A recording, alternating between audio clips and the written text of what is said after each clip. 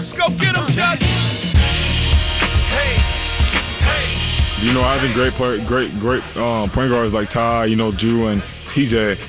Especially when I get on the court with TJ, he's always trying to find me and trying to involve everybody, around. And we pretty much were able to make a lot of shots. And I felt like the ball was pretty much moving a lot. For sure, our goal is to win games, and I feel like we've made that decision, coming back from All-Star.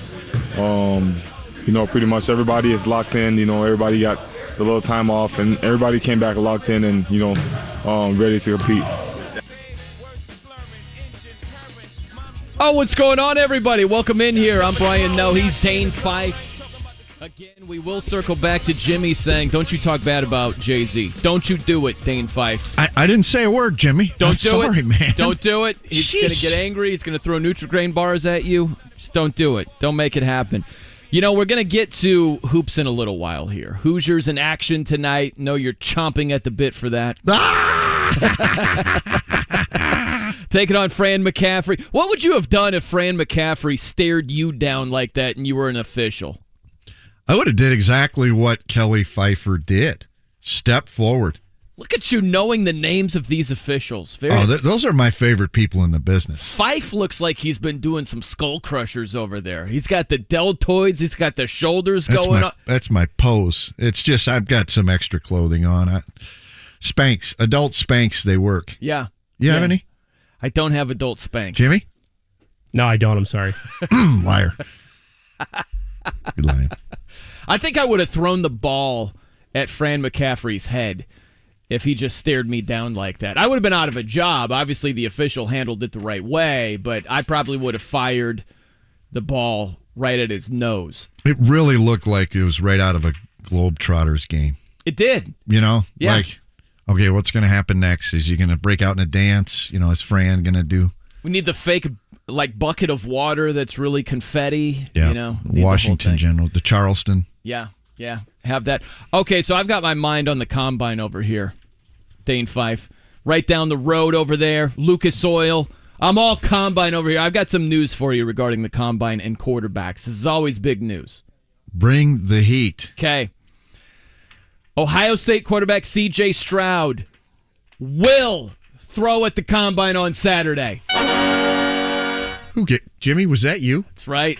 Who did the sound effect? Who's Jimmy? God, Jimmy. he's good. Team effort over Man, here. is that man? He is good. The good news doesn't end there.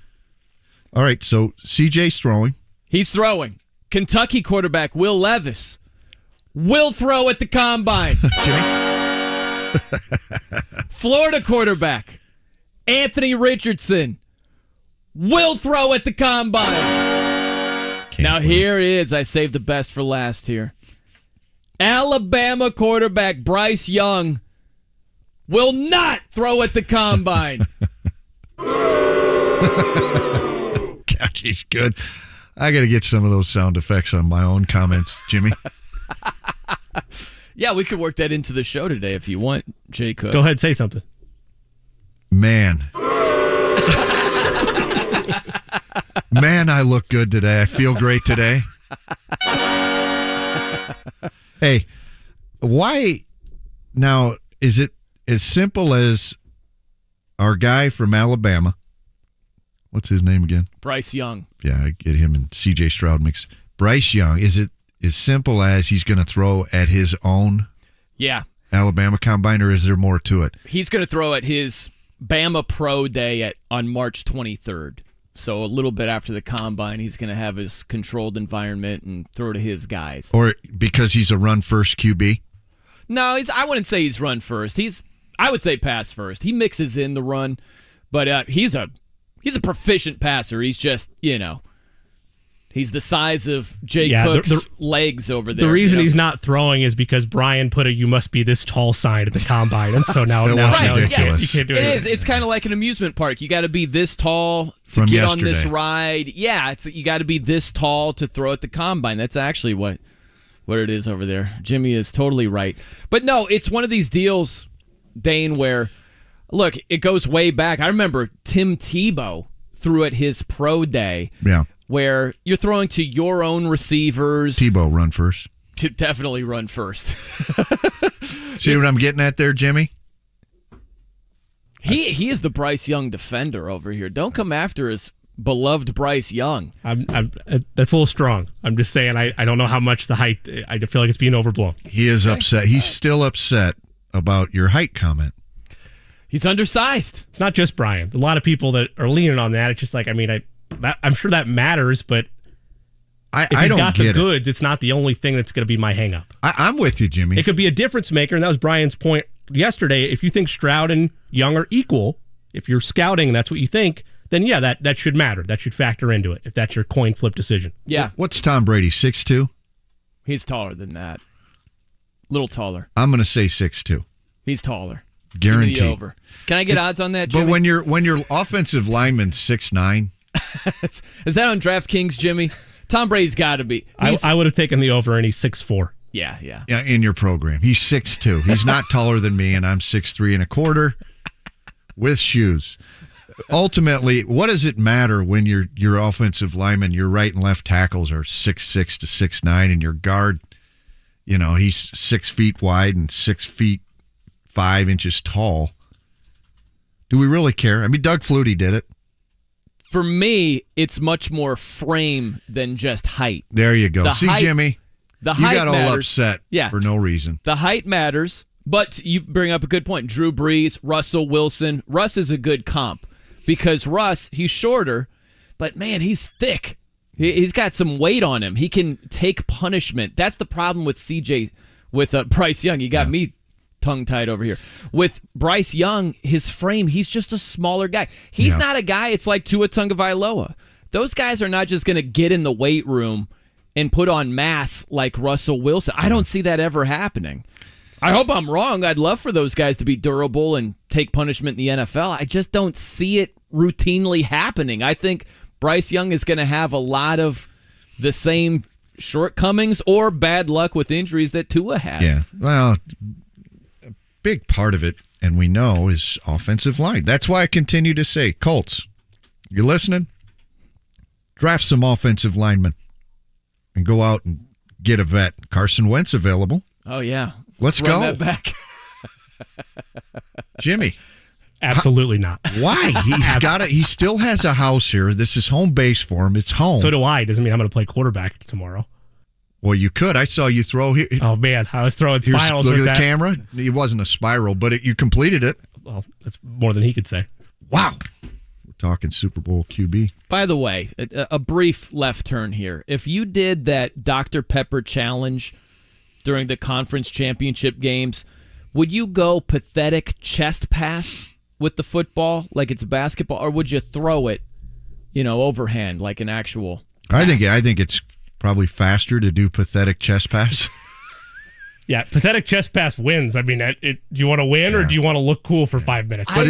I would crush you guys if you went chest pass.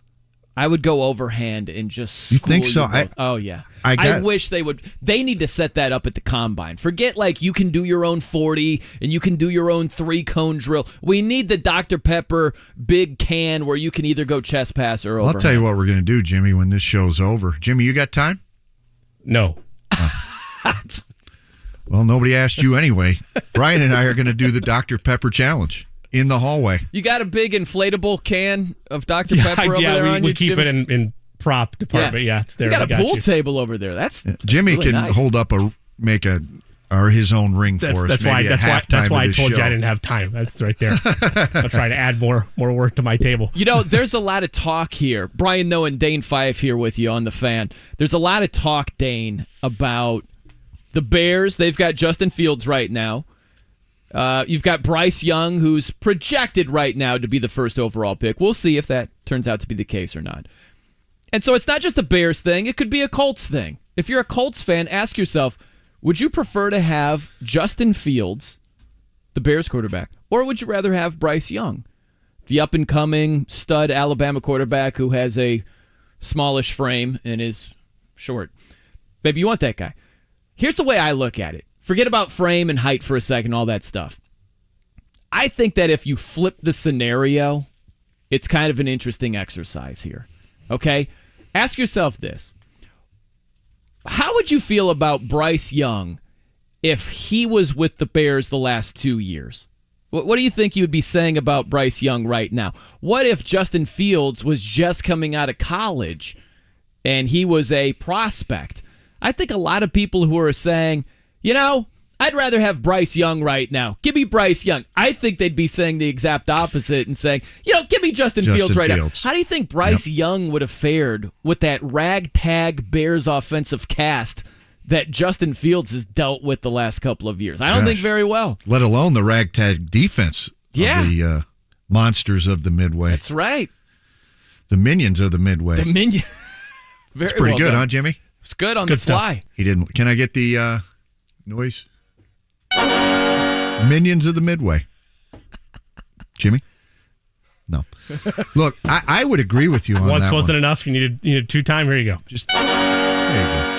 Just in talking about the Bears, you're right on that point, Brian. Bottom line, no brainer. It's a done deal. The Bears are gonna make the trade. They're gonna trade the first pick. It's a guarantee. And based on that point, it further strengthened my position on it. And do they take a QB? Do you think the Bears take a QB? No, I don't. I think they run it back with Justin Fields. I love that. Run it back with Justin Fields. That's what the Bears are going to do? Yeah. I completely agree. I think that's what they're going to do. They're going to trade down, and they're going to get a stud defensive player, in the top 4, top 5, look to upgrade the offensive talent around Justin Fields later in the draft. Yeah, I think that's exactly what they're going to do. Do you think the Bears do you envision the Bears taking the pick and trading the pick?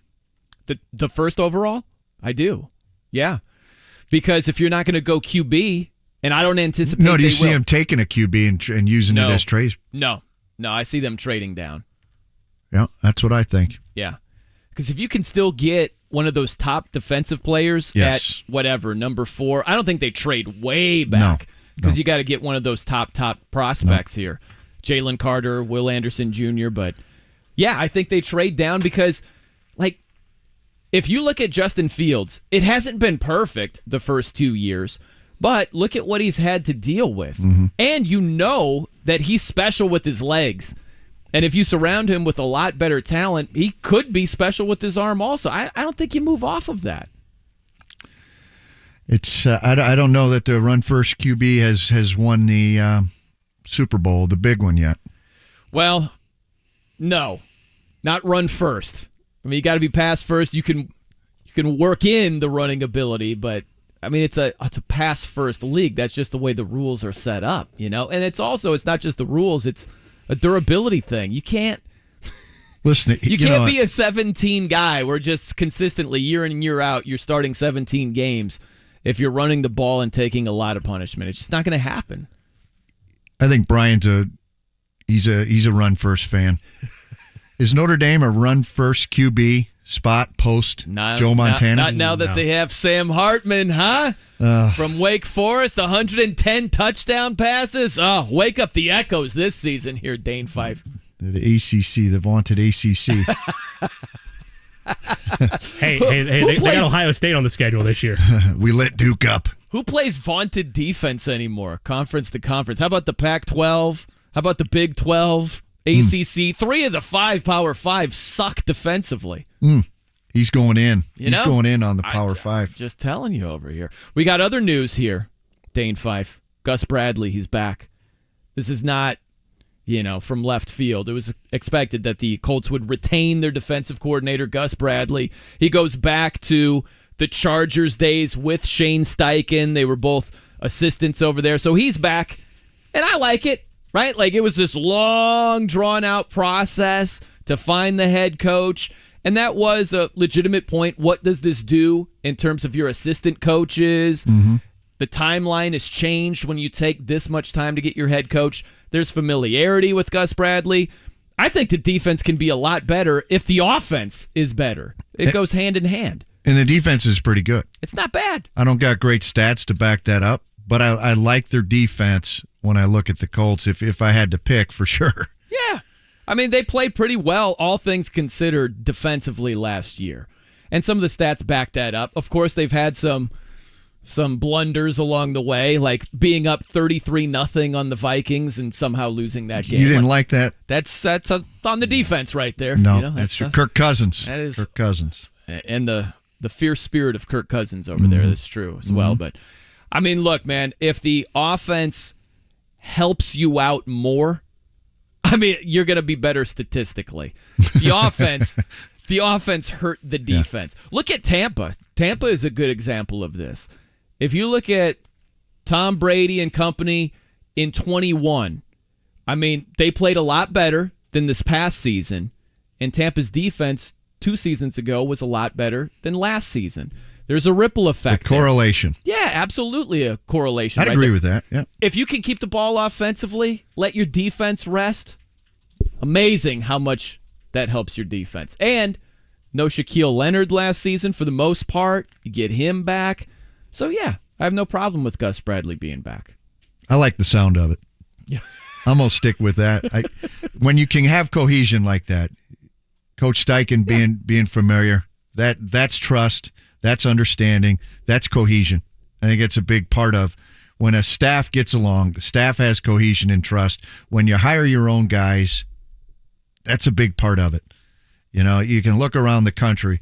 There's a correlation between a staff that gets along and works well together. When that happens, you usually have a group of guys, a group of players that get along and work well together too.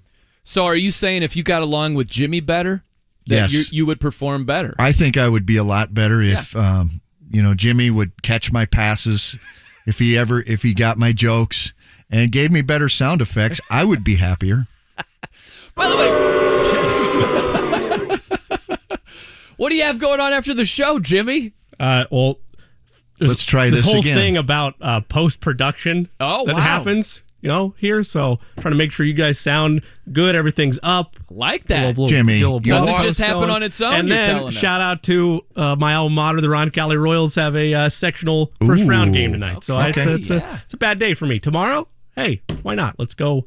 So when you build walked a cylinder to throw footballs. But when you walked me out after the show yesterday at 3:06, sure, and got in your car, I did not get in my car. Where were you going to post-production? Did not get in my car. No, I he walked didn't. You out he to didn't. Be all right, fine. kind gentleman and help No, you out because there. I don't have access to the doors here, Jimmy. That's why you walked me out. I could be like, hey, tough, find your way out. But no, not that kind of guy. He did. Jimmy's a great guy. Big help.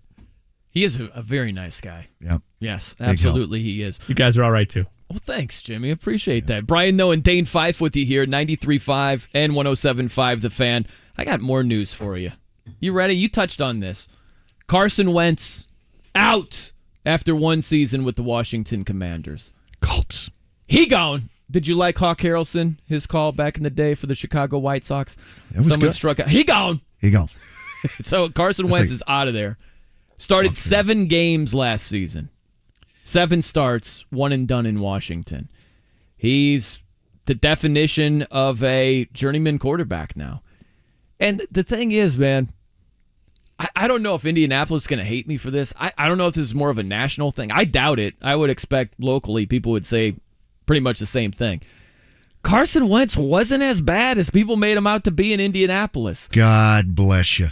I'm not saying he walked on water, but look at Jay Cook. He's already shaking his head over there. He's like, first Bryce Young, and your takes on him. Now Carson Wentz. What is happening over there? This one I won't tolerate. Situationally, he was horrendous at times. He couldn't read a linebacker to save his life. Not when he had a linebacker in his face. The one thing you want to point to, which is fine, I can't argue it because it's a very archaic way of looking at it. But yes, he went 27-7 here. That's phenomenal. Very happy for him. How'd that translate? Wins, losses. They went 9-8. They missed the playoffs.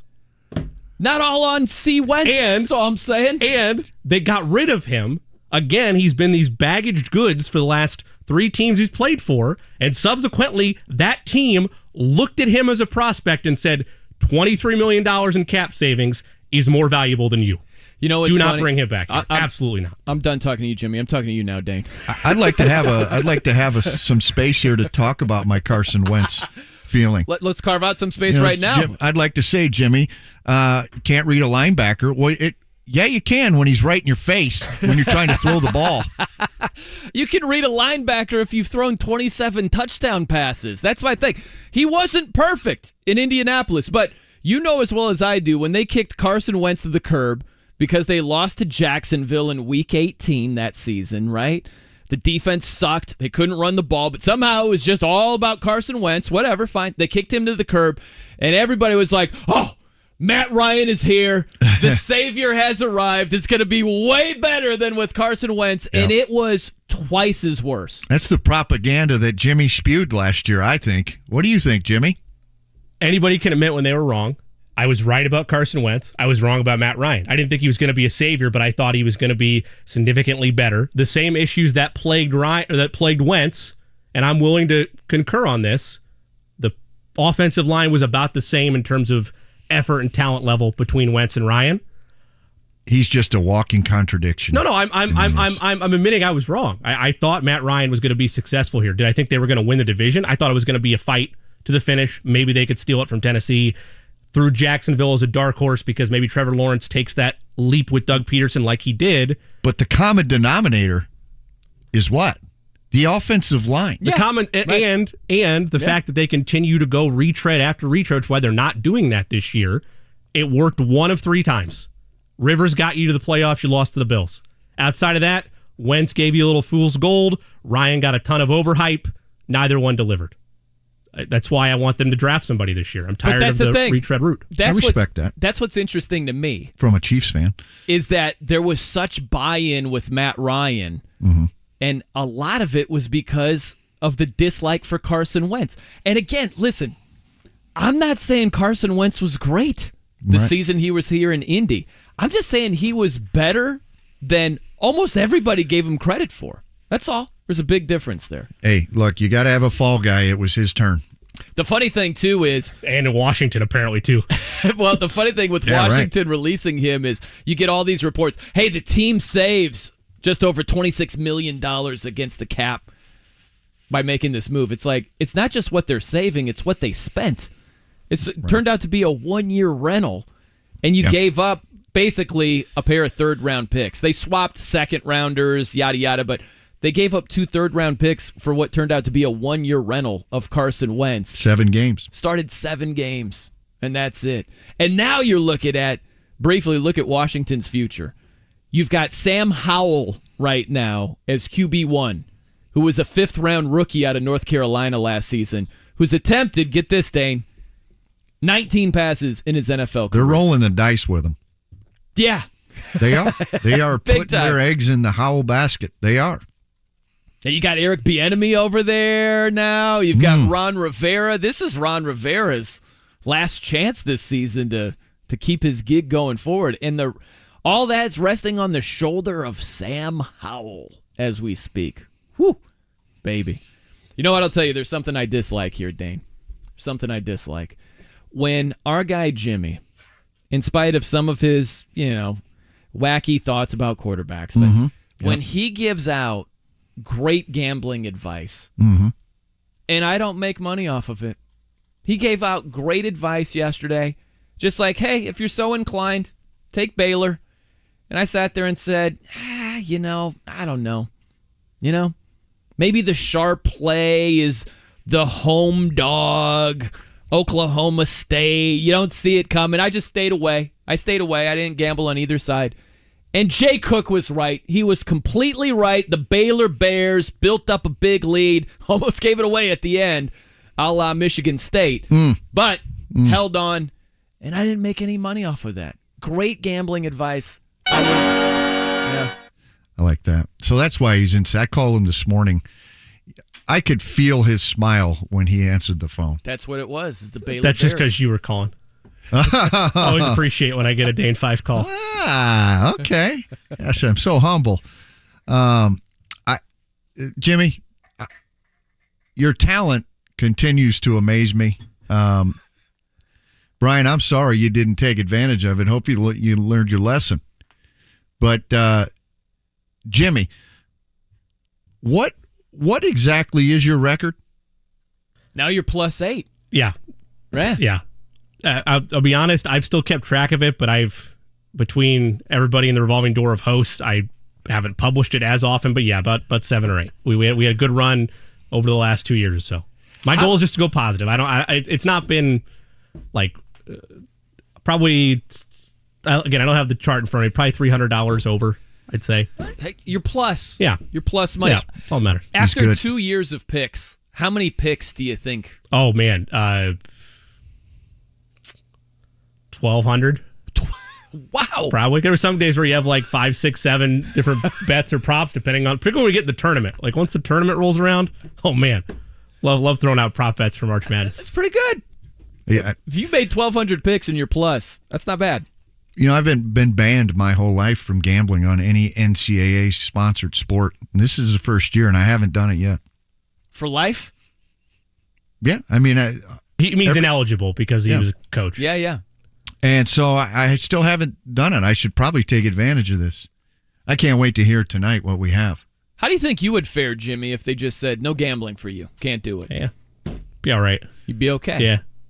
I think you'd be unemployed. Would you scratch your neck like profusely every now and then? Like, I guess it's back to bingo. What are you going to do, yo?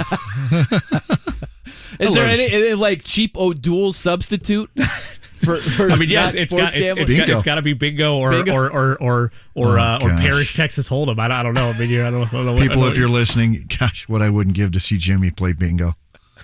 Just like old folks' night. No offense to any elderly. I've got grandparents and all that. It just. Jimmy at the American Legion Hall playing bingo. Dude, that's a vicious place, man. I'm not trying to go there. I think Jimmy would be one of those people that has like 70 bingo cards going at the same time. It's a system. Angry. Different colored highlighters. Patrick Mahomes jersey. Yeah. Shades. To quote new Colts head coach Shade Steichen, for bingo, the separation is in the preparation, gentlemen. You got to have your multiple cards going. Come on. Too deep for me, Jimmy. All right, we've got Geoff Schwartz, Fox Sports Radio, Pac-12 Radio. Will join us at 1 p.m. He was a player that went through all the combine stuff, so we'll pick his brain as far as that goes. That'll be fun. Mike Chappell, 2 o'clock, talking Colts and beyond, Fox 59, CBS 4. We got a lot to do today, Dane. I hope you are ready. I hope you're ready for all of the radio magic we're going to create today.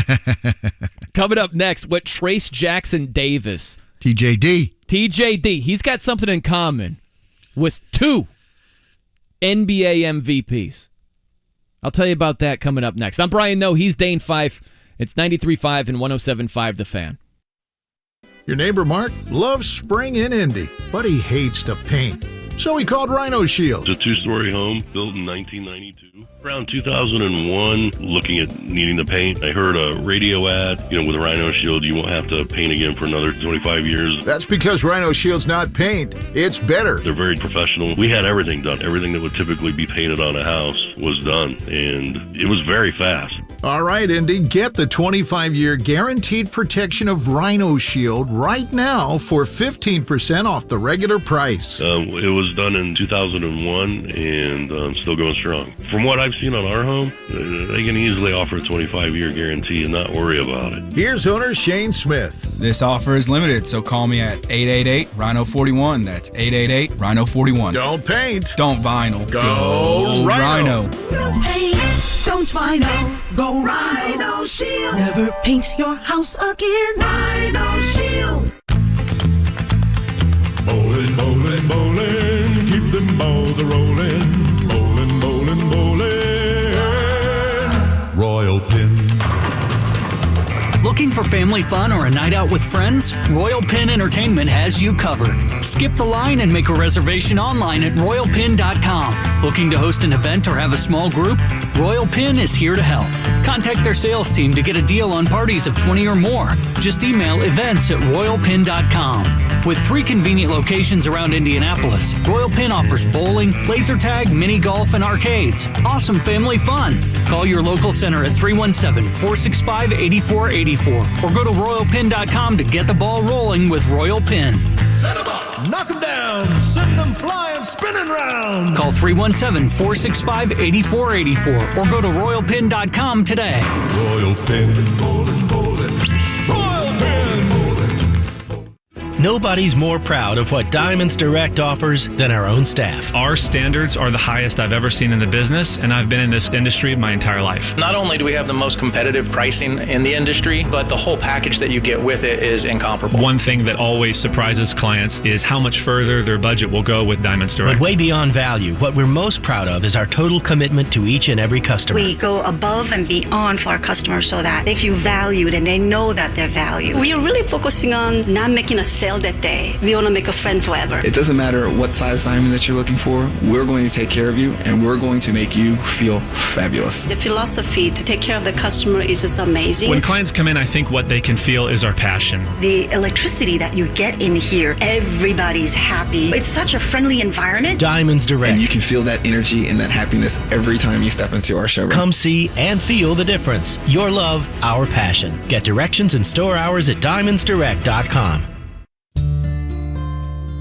I'm a veteran. My victory was admitting I had PTSD and getting help. As America's veterans face challenges, DAV is there. I no longer see it as a weakness, but as a sign of strength. I call it post-traumatic growth. DAV provides a lifetime of support, helping veterans of every generation get the benefits they've earned. I am a veteran. I lost both legs in Vietnam. Every year, DAV helps more than 1 million veterans so they can reach victories great and small. My victory was getting my benefits and a good education. I'm a veteran. When I got out, I felt like nowhere was safe. My victory was finding the help I needed. But there's more to be done and more victories to be won. Thanks to DAV, now I feel like I'm human again. Help support more victories for veterans. Go to DAV.org.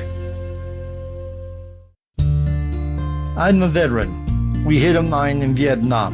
When I came home, I didn't know where to turn. As America's veterans face challenges, DAV is there. My victory's been never giving up hope. My wife is always there to remind me we have a life to live. DAV provides a lifetime of support, helping veterans of every generation get the benefits they've earned. I am a veteran, but after I got out, I spent 2 years alone and homeless.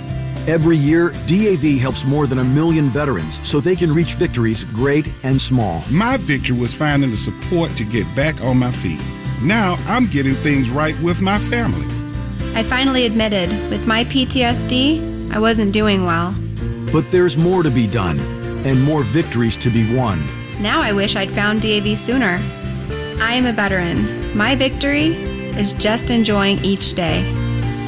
Help support more victories for veterans. Go to DAV.org.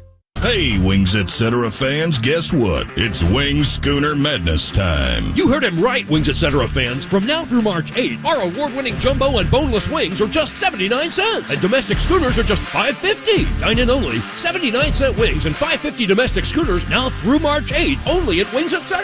The beer is cold, the deals are hot, and only at Wings Etc. Wings Etc. Grill and Pub. With 13 Central Indiana locations, find us online at wingsetc.com. Wendy's homestyle French toast sticks are so good. Some are saying they're better than their moms. Perfectly crispy, perfectly golden brown. Try Wendy's homestyle French toast sticks today and see if they're better than your mom's. We don't know who the next Colts QB will be, but we do know that he'll be here this week. Downtown Indianapolis becomes the center of the football universe as the NFL Scouting Combine comes to town. We'll find out important information, height, weight, and most importantly, hand size. And you know what they say, big hands, more touchdowns. The Fan has you locked in all week with live coverage. Your home for Colts football, 93.5 and 107.5. The Fan.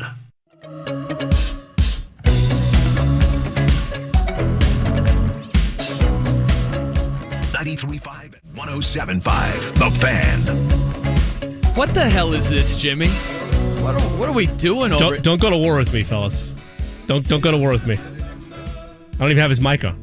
Dane gets what? Was that NXS? He turned my mic off. Boo! Boo! Dane gets one bump back contribution per show. One song request per show? Yeah. I mean, yeah, you could use yours if you want to. I suppose you Holy can have one. cow, Jimmy. Well, what was that, Jimmy? What was that? We're not talking about it. Man. You're the first two hosts that have complained. Gigantic thumbs down on that. We're going to go thumbs up, thumbs down in a little while. So it sounds like the other ones were really digging from the bottom of the barrel here. If we're the first ones to complain. Oh. Hey, fellas. On these rule changes, we got baseball, we got football, a lot of rule changes going on. We'll go thumbs up, thumbs down. That's the precursor is thumbs down. Thumbs down on to that song, lead-in song. Terrible. Doo-doo. Brutal job. Brutal. Yes. Well, you guys are doo-doo, so maybe have a little bit more content. You can get some good songs. Yeah, we're going to get to Dane Jaws Fife here in a second. Going to get to that. Brian Noe and Dane Fife with you here on The Fan. Here's the thing with Trace Jackson Davis. I was giving this some thought here, Dane. Now, before I roll out a comparison, there are a lot of people that are enemies of comparisons, okay? They look at what isn't similar instead of what is. And I always say this, the golden rule with comparisons. It's not who you're comparing, it's how you're comparing them. I could say I'm just like Michael Jordan. And you could say, what are you talking about? I'm like, we both wake up at 8 a.m. or whatever. Exactly. Right? Yeah. It depends on how you're comparing them. Yep. So with that in mind, I'm thinking about TJD, okay? Scored only 10 points against Purdue, but the 8 rebounds, 7 assists. Stayed engaged, team guy. Yep. Good. Very good. And I go back to, on Sunday night, I was watching the NBA. Don't hate me. I love the NBA. Mike Malone, the Nuggets head coach, said something about Nikola Jokic, back-to-back MVP. And he said, he never fights the game. That is a great compliment right there. And I thought, at least in that game against Purdue, yes, Trace Jackson Davis did not fight the game. They're doubling him, right? Like he just was a playmaker, distributor. He found a way to impact the game without scoring a whole lot. That's exactly right. We talked about it yesterday. That is the absolute sign of the maturation of a young man. And that is called the process. It's called the process. It's called the process. Not everybody can come in a 17-and-a-half-year-old and all of a sudden in 1 year become an NBA player, a valued NBA player. It's taken Trace this long to do it, and that's okay, and it should be okay. Yeah. And we live in a world where the instant result, all right, he's been here a year. Oh, he's not a pro, okay. He's not good enough. Right. You know, he's just not good enough. No, it takes time. Yeah, it does. It takes time, and the biggest issues with players, they're not the fans. They're not the coaches. It's their own people. And that's the biggest issue we have going on today. Yeah. In sports. Well, I think that everybody, like your literal growth spurt when you're growing up and you hit that, not everybody hits their growth spurt at the same time. And it's Great point. It's the same thing with your game. You know, not everybody flourishes as a freshman. That's right. It's taken me 43 years to get to this microphone. And now you're flourishing. I'm here. Yeah. I've arrived. Boom. Jimmy? I mean, sound effect. He was looking for the cheering sound effect right there. I need my own. That was my fault. I'm sorry. I need my own group of sound effect. But no, I think that's an excellent point that you bring up. It's what are you comparing? Sure. You know, like people want to point out, we'll just say Michael Jordan. Mm-hmm. What he does wrong, okay? And that might be 3-point shooting, but they forget about what he did so well. And I guess we'll go back to Trace Jackson Davis. What is his how does he fit in the NBA? I can give you 20 things. Mm-hmm. And 20 things, and those are the 20 things that he does well. Now, if you're asking me, well, how does he shoot the ball? Well, I don't know. I don't see him shoot much. Mm-hmm. And I think that's smart. You want to show them what you can do every day so they don't know what you can't do. We don't know if Trace can shoot or not. Yeah. He doesn't shoot. You know, I'll give you another thing that he does obviously well, and I'll make another comparison. You saw in the last game against Purdue, great pass in the corner to Miller Kopp, drained a three. He's done a phenomenal job with his passing ability. And it just dawned on me, Kenny the Jet Smith, you know, on TNT, he has said this as a teammate of Hakeem Olajuwon. He would go to the arena knowing he was going to have some wide open looks. He was going to get some great looks, and he just had to knock them down. And I'm not saying that TJD is the dream. Yeah. Right? But in one aspect, he's very similar, where his teammates can go to the arena knowing they're going to get some great looks. They're going to be clean, and you just got to knock them down. And as a shooter, that is a big deal right there. And it's been a big part of the growth of Indiana's offense is Trace being able to find guys. He's always been good at passing, Brian. The issue has been when he's passing out from the post, we call it on time, on target. It's on time. Generally, it tended to be not on target. If you throw it high or low by 6 inches, that's real time. That's the difference between a contest, somebody going to put their hand up to contest to challenge the shot, and not. I mean, it's literally 100th of a second. It affects your shooting rhythm. It affects the rhythm, but it also gives, on the flip side, it gives the defender a chance to raise their hand versus not. No, it's a great point by you, because compare it to a free throw. Like whatever your free throw routine is, you start the ball like at your chest. Yeah. Now imagine if it's a pass and it's like to the right of your shoulder, and that's where you begin your free throw process. Right. It would feel weird. Yeah, it's the same thing with receiving a pass. Right. Yeah. The target zone is generally the chin to the belly button. And that's not easy when you're trying to put some velocity on the ball too, because time matters in every aspect. So it's not as easy as maybe one would think. Right. But the pass being on target, not just getting there, but being between the chin and the belly button in basketball matters. It does. And it's funny too, because we spend all this time, the combine is here. And accuracy with quarterbacks a big deal, and we harp on that like crazy. Carson Wentz, we have his percentage of off-target throws and all that stuff. But it's true in basketball too, and it's rarely talked about because it's such a subtlety. Yeah, I think it's as big a part as maybe the decline in people's struggle shooting and scoring. I think it's as big a part of it as anything. There's a lot more threes being taken, but I think that by and large, the good teams are really struggling to make the three ball because of passing. One, because kids are trained with the ball, and it's all to do with how to score. And there's just not a lot of 5-on-5, so there's not a lot of passing anyway. The biggest issue with shooting, I think, is passing. It's not that they're not being passed to, but on time, on target, it really, really matters. Yeah, it does. It's interesting, too. I would love, how we have the off-target percentage with QBs.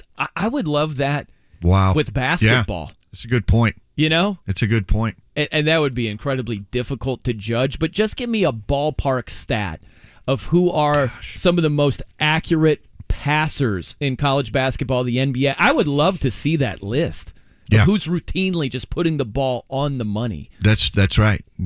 How many pass-first players are there even anymore? The point guard at Kansas, they call him Juan, he can really pass the ball. He can get people the ball. Yeah. Jalen Hood-Schifino at Indiana, he wants to pass first. Trace Jackson Davis wants to pass first. I mean, you talk about the ultimate team guy, Trace Jackson Davis, and Race Thompson too. They're just the ultimate team guys. Amen to that. All right, we got to get to Dane Jaws Fife here momentarily. Very much looking forward to this. We'll do a little thumbs up, thumbs down on some rule changes. Hopefully not another thumbs down with the bump back music, Jimmy. You need to redeem yourself, man. Maybe I don't know, I love heavy metal. I'm a big heavy metal guy here at Dane. I'm very eclectic. But I'm very happy for you. Maybe some Slayer, some Lamb of God coming back. Lamb of God. There you go. Maybe some Temple of the Dog, Eddie Vedder's first group. Love it. That actually was a great album. My metal friends make fun of me all the time, but Hunger Strike, that was the hit song. But the rest of the album, there were 10 songs, really good. That was the only song Eddie Vedder was on, and it was just Chris Cornell the rest of the time. But Chris Cornell was amazing. Well, I don't think I've listened to the rest of the album. Say Hello to Heaven, great song. Great song.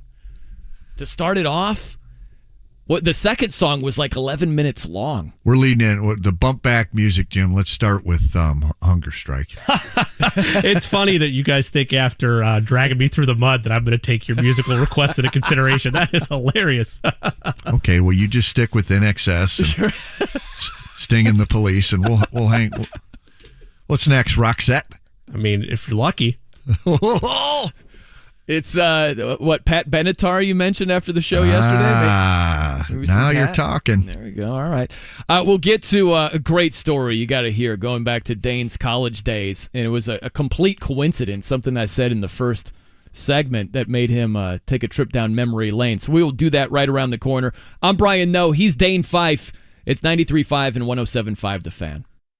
Window Nation has the coolest deal ever for keeping you warm. Get 2 windows free with every 2 you buy with 0 down payment, 0 monthly payments, and pay 0 interest for 24 months. Now is the perfect time to take advantage of Window Nation's deep discounts, all while reinvesting in your biggest asset. Not to mention the savings on your energy bills for years to come. Up to 43% of your home utility bill goes to heating and cooling. With new Window Nation windows, you can cut those energy bills during these cold winter months by keeping your hot air in and the cold air outside. Go with the window company that has installed over 1 million windows in over 150,000 homes, all with 96% customer satisfaction. Now is the time to upgrade the look and feel of your home, all while saving thousands on your energy bills. Call 866-90NATION and get 2 windows free with every 2 you buy with no limit, plus make no down payment, no payments, and pay no interest for 24 months. This offer won't last long. Call Window Nation today, 866-90NATION, or go to windownation.com. Tell them Kevin Bowen sent you. JMV here with an exclusive scoop on how you can attend the NFL Combine for free. Get inside Lucas Oil Stadium to see future NFL stars up close. At the Combine Experience, you can pass, punt, and run. To attend for free, March 2nd through the 5th, just go to visitindy.com/combine to sign up for free tickets and parking. The NFL Combine up close with the best college football has to offer, March the 2nd through the 5th. Get your free tickets at visitindy.com/combine. See you there. Hey, it's Dan Dockich here. You know, for years on my radio show, I asked people to help me out. I needed a treatment, aches and pains. I couldn't lose weight. Well, guess what? I found a solution. I did. Affinity Whole Health. All you've got to do is go to feelgreatindy.com and look into it for yourself. The testosterone program that I am on has been a godsend. I've missed no workouts in 6 months. No more aches and pains. And I have lost weight. FeelGreatIndy.com is the place to go. Get started just like I did. Did you hear about Taco Bell's apology? Yeah, they apologized for going too far with their breakfast. Like the naked egg taco and chicken biscuit nachos? It was too much. All you need in the morning is tasty, simple food. Like the breakfast crunch wrap. Fluffy eggs, melty cheese, sausage, crispy hash browns, wrapped in a warm tortilla. Or, as some call it, a breakfast crunch thing. Grab one today, only at Taco Bell. At participating U.S. Taco Bell stores during breakfast hours only until 11 a.m. while supplies last. Contact local store for hours and participation, which vary. When 1 Hour Heating and Air Conditioning shows up at your doorstep, you can expect a friendly, knowledgeable, and prepared technician to handle the task at hand. Getting your service done correctly and on time is our priority. Visit 1HourAirIndy.com to book an appointment online and save $90 off your next repair.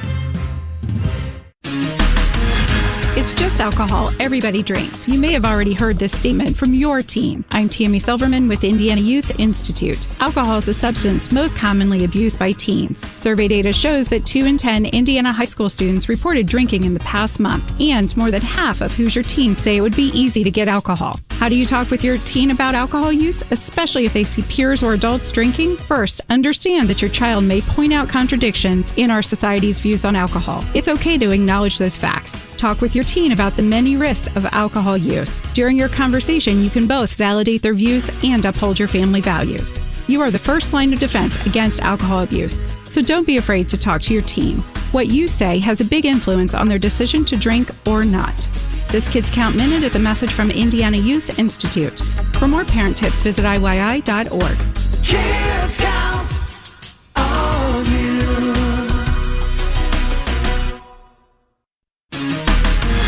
It's not just adults who can feel stressed out. Our children feel stressed too.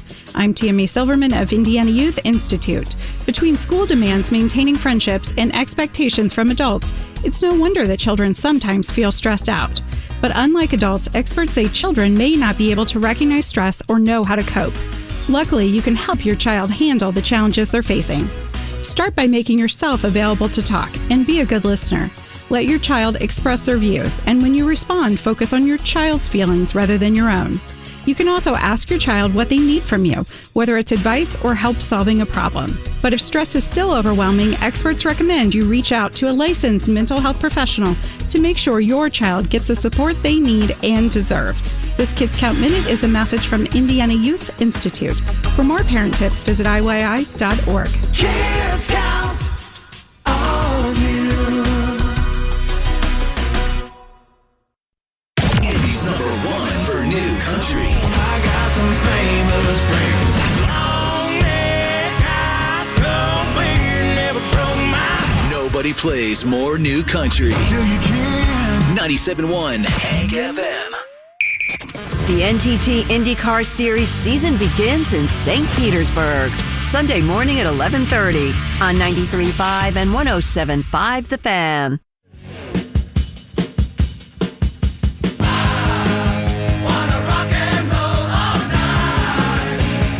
93.5 and 107.5 The Fan. Very good job, Jimmy. You've redeemed yourself with some kiss over here. Very nice job. Dane doesn't seem to think you've redeemed yourself here. I'm Brian. No, he's Dane Fife on The Fan. No? Thumbs down on that? He doesn't It's like that. I mean, it reminds me of the DJ at my wedding. I'd request something, he wouldn't play it. Finally I got He's like, a all right, little fine, I'll throw you tipsy a and bone. tried to fight him. So, speaking of trying to fight people, huh? See what I did there? Rhymes with. Yeah, Dane Fight with us here today. No, fight, bite. Fight, bite, Fife, everything going on. So I just mentioned that you'd be chomping at the bit to watch IU take on Iowa tonight. And then a few minutes later in a break, you were like, Jimmy, did you tell him the story over there? And Jimmy's like, no, I didn't tell him the story. And you started to tell me the story about how you went Jaws during your college days. Can you enlighten everybody listening here? Well, it was Steve Alford's first game back. Steve Alford, all-time IU great, IU basketball great, coaching the Iowa Hawkeyes. His first game back coaching against IU. And Bob Knight, his mentor and former coach on the other side. I was a current Indiana Hoosier. Duez Henderson, a good friend of mine on the Iowa Hawkeyes, and we were involved in a scrum underneath the basket. And Duez had me kind of like, we were on the ground. He had me in kind of a headlock, and he didn't want to let me up, because if he let me up, Indiana would have had the advantage going down on offense. So he held me down and started to roll over, and he started to twist my neck. So I panicked, and I bit him right on his bicep. I mean, it was a hard bite too, and I wasn't messing around. And it went to a timeout. He was flopping around. Steve Alford was trying to get the ref's attention, pointing to his arm. And so I went to the huddle, and a teammate of mine, Kyle Hornsby, he said, "What happened?" I said, "Well, I bit him."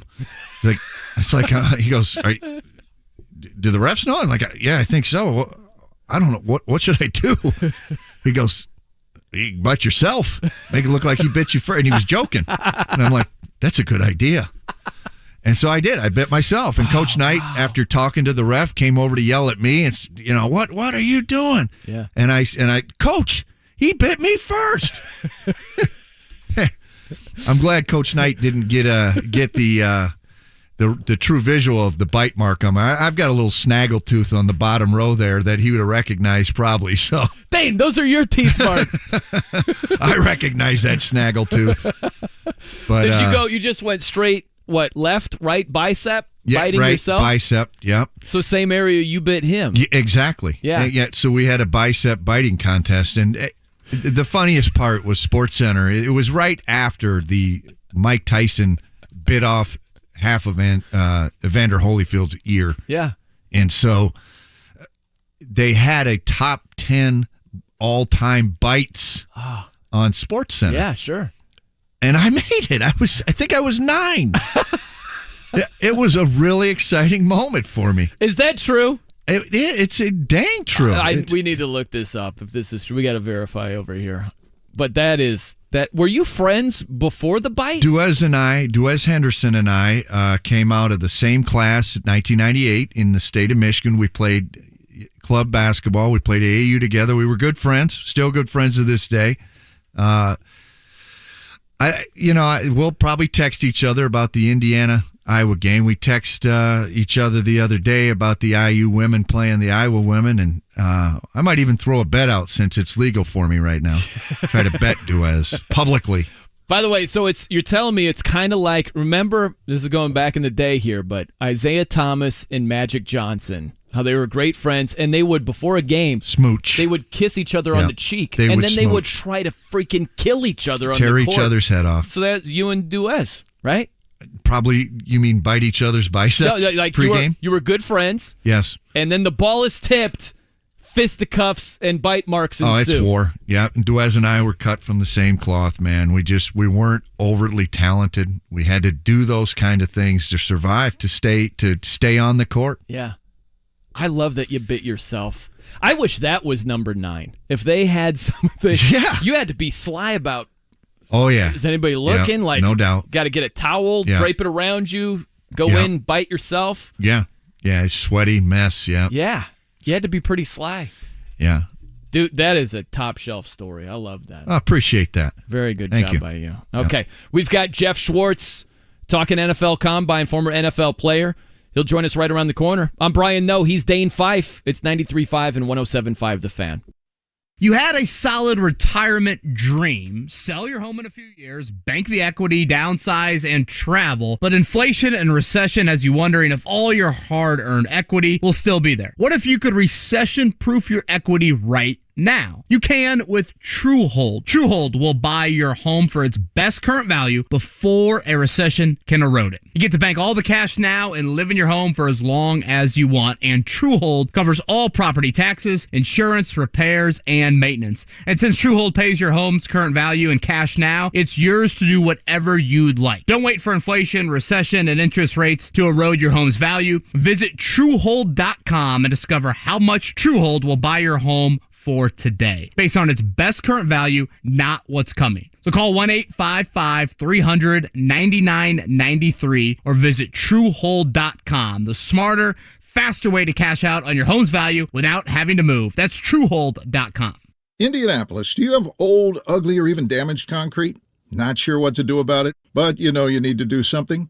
Well, you need to call Galaxy Concrete Coatings. This product is out of this world, and it's right here in Indianapolis. And just in time to give your concrete floors a transformation. Galaxy Concrete Coatings is 4 times stronger than epoxy. It's designed to not only work on your garage floor, but you can use it on driveways, walkways, around your pool or patio, commercial or residential.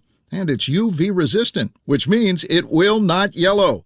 And even better, it can be ready to go in about 24 hours. Click on GalaxyConcreteCoatings.com or call 317-751-9070. Indy, you're ready for a transformation. Call Galaxy Concrete Coatings today, 317-751-9070. Galaxy Concrete Coatings. They are out of this world.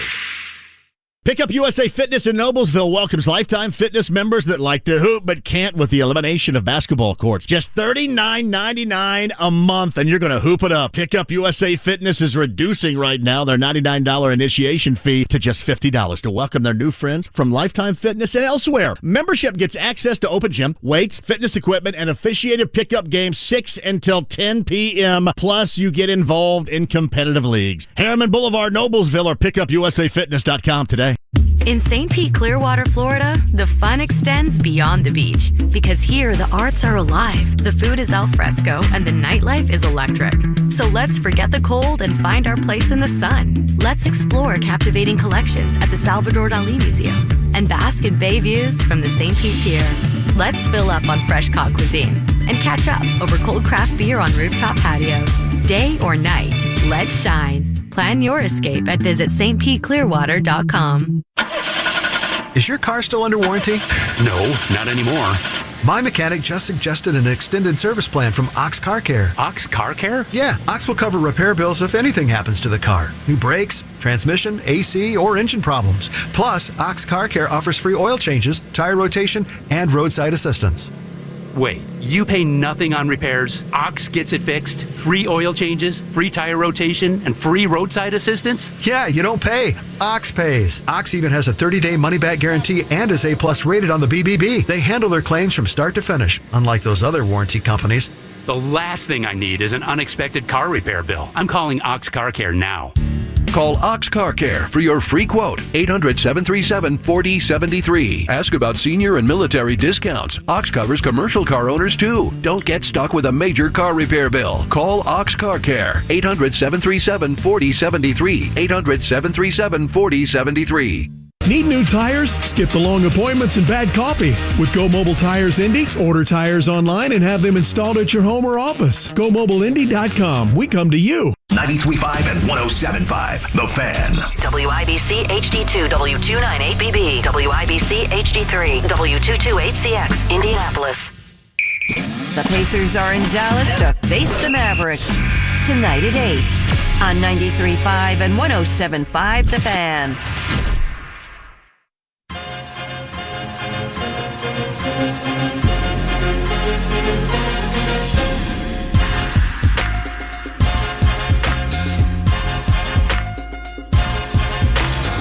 .5 and 107.5. The Fan. I'll tell you what, Jay Cook is on a roll here.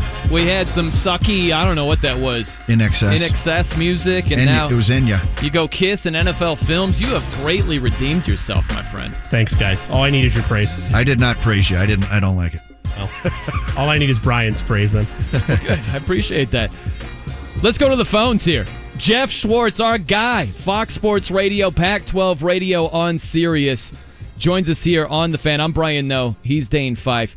You know, George, thanks for being here, bud. Hope you're having a great Tuesday. Now, I think about the Combine. My favorite moment of all time is when Chris Jones, the Chiefs defensive tackle, who is a stud defensive lineman, he's running the 40. He falls, and he has a wardrobe malfunction.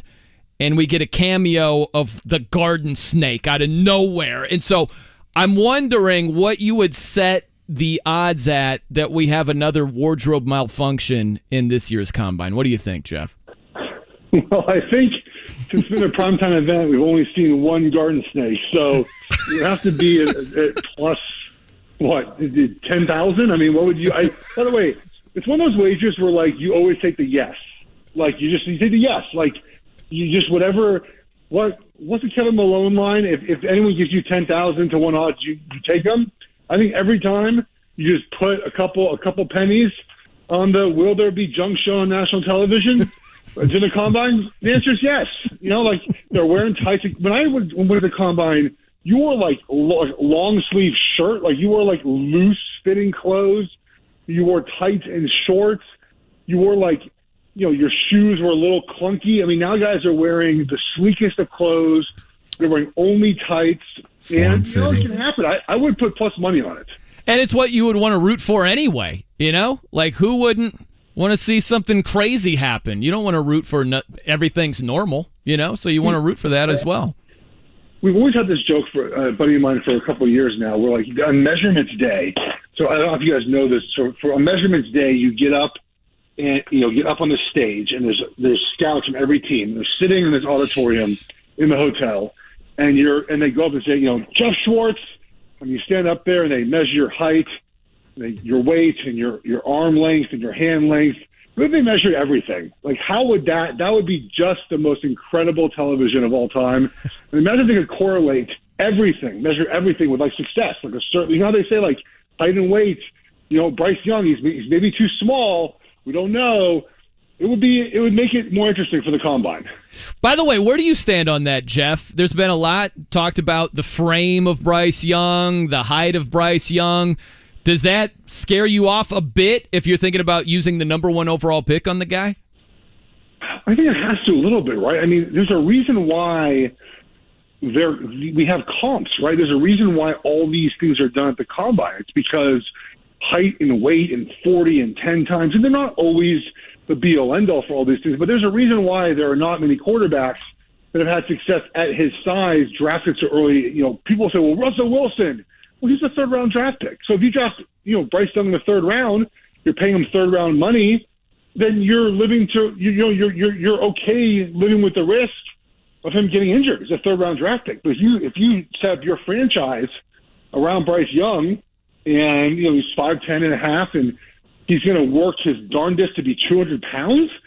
And, you know, he gets tackled in Game 3 by a big defensive lineman. You mentioned Chris Jones, and I guess the Chiefs and Colts won't play this year, but he falls on him, and you're like, and then it's like, oh boy, like, I mean, there's a reason why, the sturdy quarterbacks tend to last a lot longer. And so it would worry me. We have not seen a player of his stature succeed in the NFL. There's only been 2 players, I think, drafted in the first round at his under 6 feet and under 200 pounds at the quarterback position in the last 22 years. I think since 2000. I think Seneca Wallace is one of them, and there's one other quarterback, maybe not even drafted in the first round, just drafted, period. That have been, Kyler Murray was over 200 pounds. Russell Wilson, over 200 pounds. Drew Brees, second-round draft pick, was over 200 pounds anyways. Like, it's both. It's the height and the weight, and it will concern me now. He's the best quarterback in this class. So if you are the Colts, you're the Texans, and you really want a quarterback, he's the best guy. I'm not debating that. But I think the size, though, is an actual concern that I think people will write off and say, oh, it's not important. But he would be the outlier, guys. He would be the outlier for this position in all of NFL history. He's the outlier. He's Geoff Schwartz, Fox Sports Radio, Pac-12 Radio on Sirius, joining us here on The Fan. If you look at the draft, Geoff, from the Colts standpoint, and they obviously need a quarterback, is there a quarterback in your mind that you're banging the table for that's special enough in your mind to move up from number 4 potentially to number 1, knowing the price tag involved with a move like that? It would only have to be Bryce Young. But I'm glad the Colts have finally acknowledged, this feels like the first year of, like, Andrew Luck's not coming back. It felt like for 4 years now, they've only talked about Andrew Luck. Oh, Andrew Luck this, Andrew Luck that, Andrew Luck that. I know they're talking about him coming back, but, we've been hamstrung by Andrew Luck retiring. That was 4 years ago now. And it feels like they're finally kind of being like, okay, time to draft the next Andrew Luck, right? We're moving on from finding veteran quarterbacks every single year. Let's find ourselves a young quarterback to build our team around. And if it's not Bryce Young, I think C.J. Stroud. Look, here's the thing about Stroud, right? Is he going to be the player against Georgia that was really good, or the player he was for the previous 2 years, which is not the player he was against Georgia? Playing against Georgia, he was fabulous. He was moving in the pocket. He was using his legs to create plays, which he didn't do much often in Ohio State. Throwing on the run, like things that he really hasn't done consistently outside that Georgia game. And if you say to yourself, well, look, maybe we saw a little bit that with Justin Herbert at Oregon, where the coaches just didn't let him run the football at Oregon. That's like they told him, you're not running the ball. Between game 1 and the Pac-12 championship game, he didn't run the ball. That was not allowed. He wasn't allowed to run the ball. So, it hampers your offense, when you can't run the ball. So maybe that's with Stroud. Hey, man, you're not running the ball. And then against Georgia, you need to do more. We'll let you do more. So those are 2 guys I would feel really good about. I think Will Levis and Anthony Richardson are just project guys. I'm not sure the Colts are in a position where they can really afford to take project guys.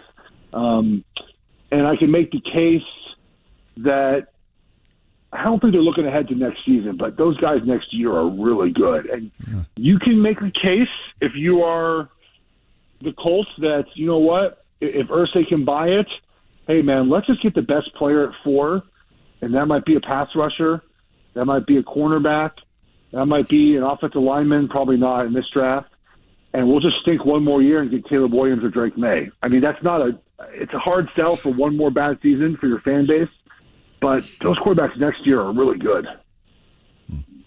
Geoff, Dane Fife here. I want to switch gears momentarily. I have to get your opinion.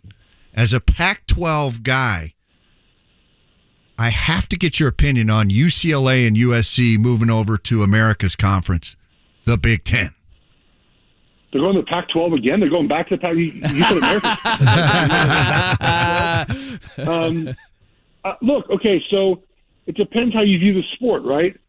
If you view college sports as national, not bad, right? USC, Ohio State every year, USC, Michigan, UCLA, Michigan, UCLA, Michigan State, Wisconsin, USC, right? Like all these matchups in football and basketball, and even if you want to go to Olympic sports, you know how good UCLA's been in those sports for so many years, and USC's getting better in a lot of those sports as well. So nationally, I don't think you can complain about having better football games. Let's stick with football. But regionally, it stinks. It's terrible, right? Yeah. Like I grew up in Los Angeles. My parents are UCLA alums. I went to every game as a kid. I'd probably been I calculated in my head 1 year, 30, 40, 50 UCLA football games. Go 6 games a year for, over 10 years, roughly 6, right? So I've been at 50 games. Let's do 50, right? 50 Bird games. I went to Oregon. I'm on Pac-12 radio every day, Monday through Friday.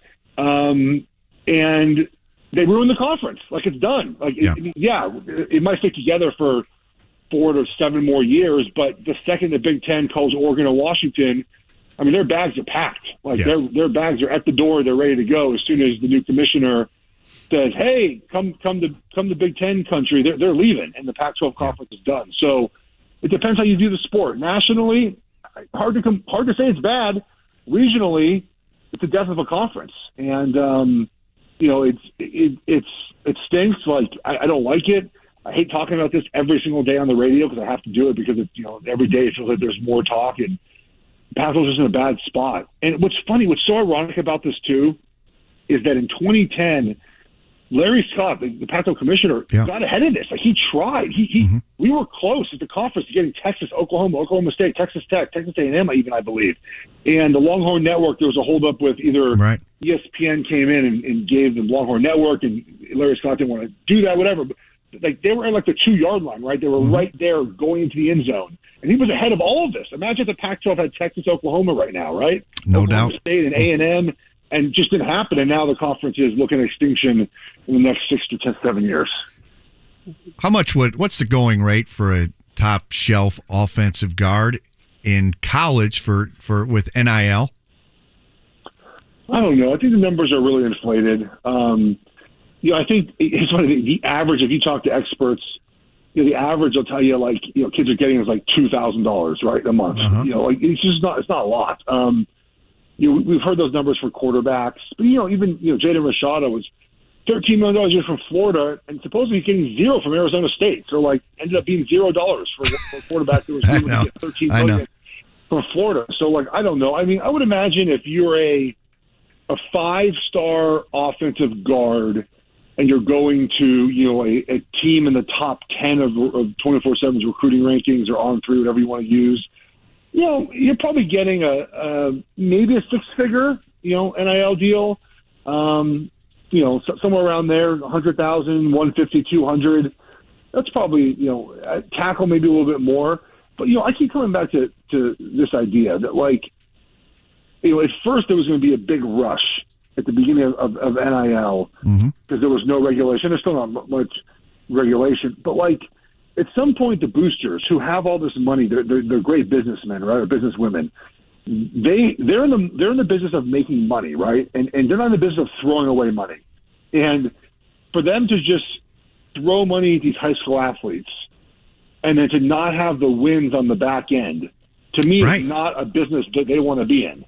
And so I think we're going to see the market decline a little bit from the booster side. Now, the original intent of name, image, and likeness will still be strong, right? Like the Cavender twins and Livy Dunn, all strong social media presence. Yeah, they're still going to get all the big deals as they should, right?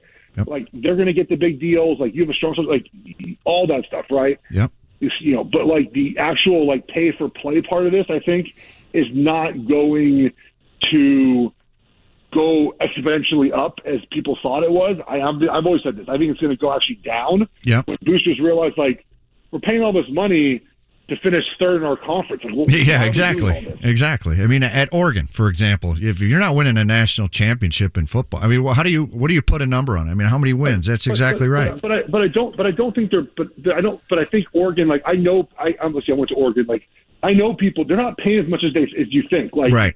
They're just not. They've lost recruits. They're just not paying what people think they are because, again, it's not. They have, again, the NIL program there, it's run by business people who make a lot of money. They're not going to just throw money at kids and say, they want a return on investment. So I think that it's not as much as people think it is. It's good. I'm glad players are getting what they're worth, but it's just not as much money as people think. He's Geoff Schwartz, Fox Sports Radio, Pac-12 Radio on Sirius. Also follow him at Geoff Schwartz. Tremendous follow on Twitter. I want to get to your combine experience, Geoff. What was it like, man? You touched on it a little bit with all the measuring. Was there anything random that happened? Any weird questions? What was your personal experience like at the combine? Well, I wasn't good enough to have a lot of those interview questions thrown my direction. Those are in special meetings. You get 15. You get up to 15, I believe. 15-minute interviews with teams, like individually in hotel rooms with any number of personnel and staff members, head coaches, general managers, scouts, front office personnel. So you get up to 15 of those. They're 15 minutes long.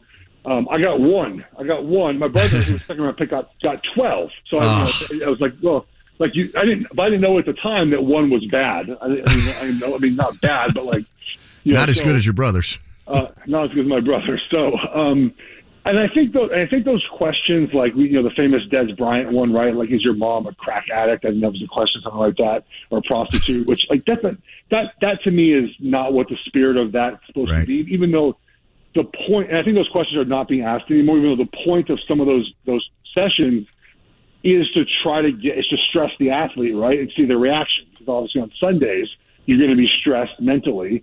How do you react? And so the goal of those questions is not what people think it's a probe about their mom. I think it's just to see their reaction about, like, hey, if I ask you this question, how do you react in real time? And how does that translate to field? But now we're seeing, teams hire these, former military members who are kind of doing mental evaluations, and like they really do a good job of kind of, I think, doing, using their time more wisely than asking questions that just purposely stress players out for no apparent reason, right? So I think they're better at that. But I think the thing about the combine is just long, man. Like, you're there, and they added half a day this year as well. But you're up early in the morning, you're drug testing, you're doing your medicals, you're doing your interviews.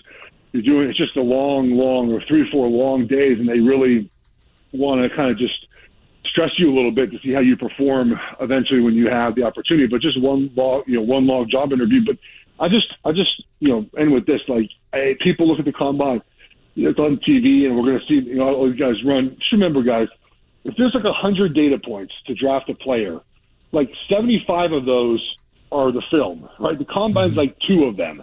And the combine is just box checking, right? Like, Geoff Schwartz looked slow on film and he ran slow. Check the box. Like, that's what I expected. I heard from Geoff, that Geoff Schwartz is smart from his coaches.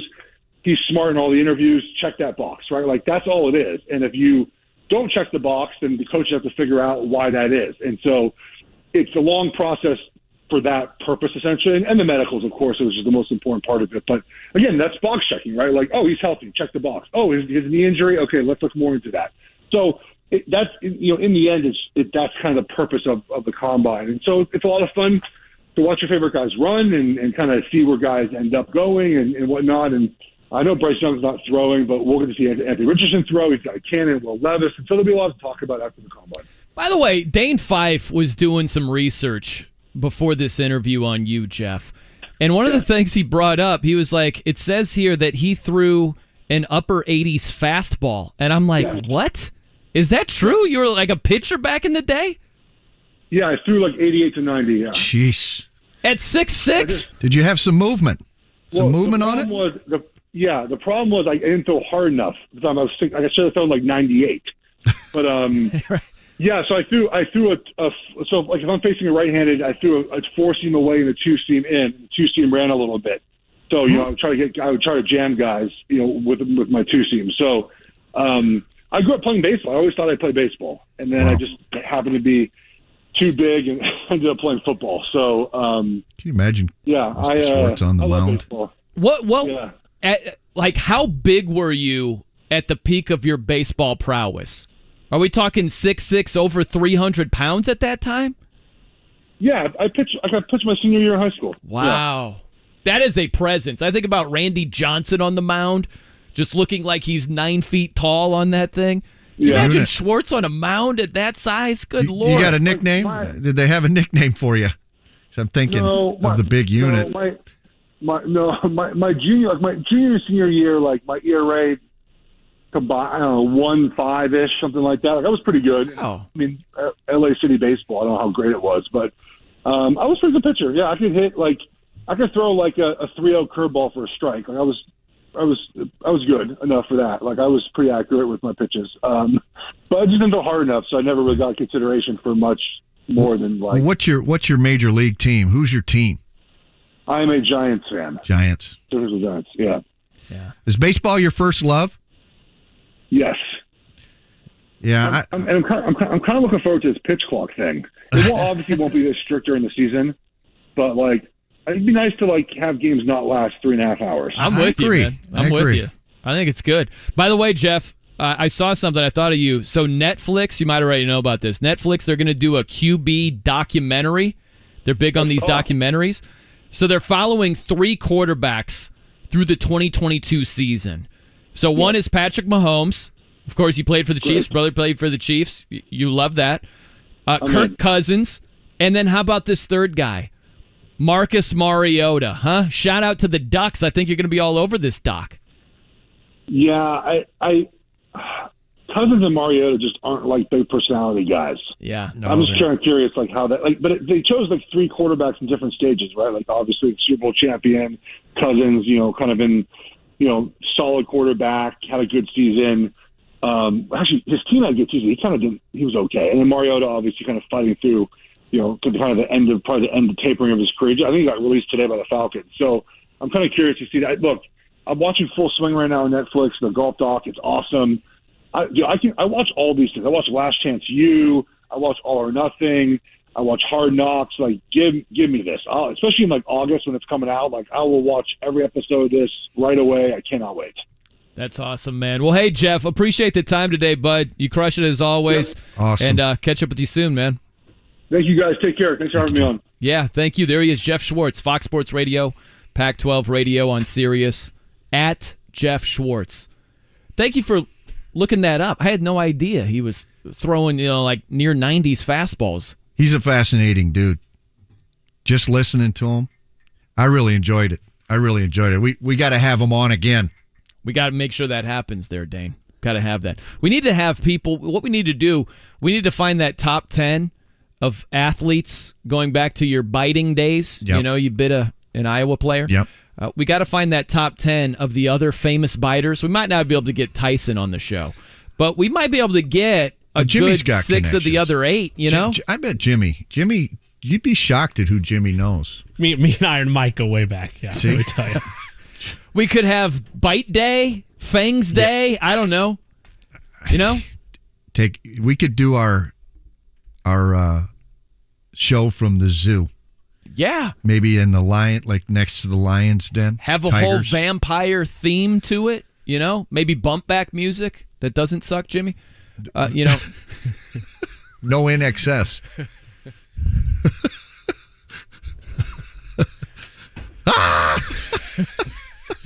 He's serious. Like Jimmy takes his work. You see that? Yeah. That's fair. He's a grinder. I noticed this about Jimmy. There's a line here. No, he comes to work. He comes to work, man. He puts his hard hat on. Every day is game day for this man. Right. Game face, baby. I respect that, but you're still you're gonna miss a free throw, Jimmy. You're gonna throw an incomplete pass. It happens. You're gonna drop a ball. You're gonna miss a block. You screwed the pooch with that In Excess song. It was a song from FIFA. Are you happy? You happy now? Even worse. Happy? Even EA Sports, worse. shout out. Even Mixed bag of songs on this playlist. Some come from all different avenues. That would happen to be from the world of professional soccer. Well, I didn't like it. No, it's made it worse. It has made it worse. I feel like we all got a little. You went random shuffle on us. Well, you're like, let's just hit this and see what happens. So much for being an all-inclusive show. I pressed play there. Sheesh. By the way, how about this? I feel excluded. Go ahead. Matt Eberflus joining us next. Bears head coach. Dane Fife, you are working your magic over here. That's my guy. Yes. Coach Ebes. Former assistant of the Colts. Absolutely. D coordinator, defensive guy. walk-on at the University of Toledo. Linebacker. He's a linebacker. Nothing I love. I was a linebacker in Little League. Had 26 tackles in a losing shot at the Super Bowl. Clarkston Chiefs versus the Rochester Redskins. Got beat. Linebacker, quarterback. I can't wait to tell him. You were an LB/QB. Yes, sir. And I played some wideout. Slot? Well, I'm not sure. I think split end something. I'm not sure what It's been a minute. I'm not sure. I was out there. I They could have thrown it to me. I was eligible. got it on film. We'll have Jimmy upload it, play it on the website. You know what I want to know from Coach Eberflus? He's getting bombarded like, what are you doing with the number 1 overall pick? You are not allowed to ask that. I want to know the question he wants to be asked. You know? Which is? How's your day? I don't know, because he's being asked about the QB, number 1 pick, yada. He gets that all day, every day. Ask him if he's happy to be back in Indy. Sure. You can do that. Happy to be home? Yeah. He's an Ohio guy. Midwest, shout out. Yep. Like it. Toughness. That Ohio just football state. Football state. Does he like the Riverwalk? We'll find out. That is a big question. Yeah, it is a big question. Just to get the grumbling out of the way, he's getting Sinatra on the way in. So just, whether you like that or not, you can just... Does he like now. Sinatra? I don't know, but you'll understand what song we're playing when we like get back. that. He's like, if you like it or not, I don't really care. You can shove off. That guy. He said it with it. All right, we got Matt Eberflus coming up next. I'm Brian Noe. He's Dane Fife. It's 93.5 and 107.5 The Fan.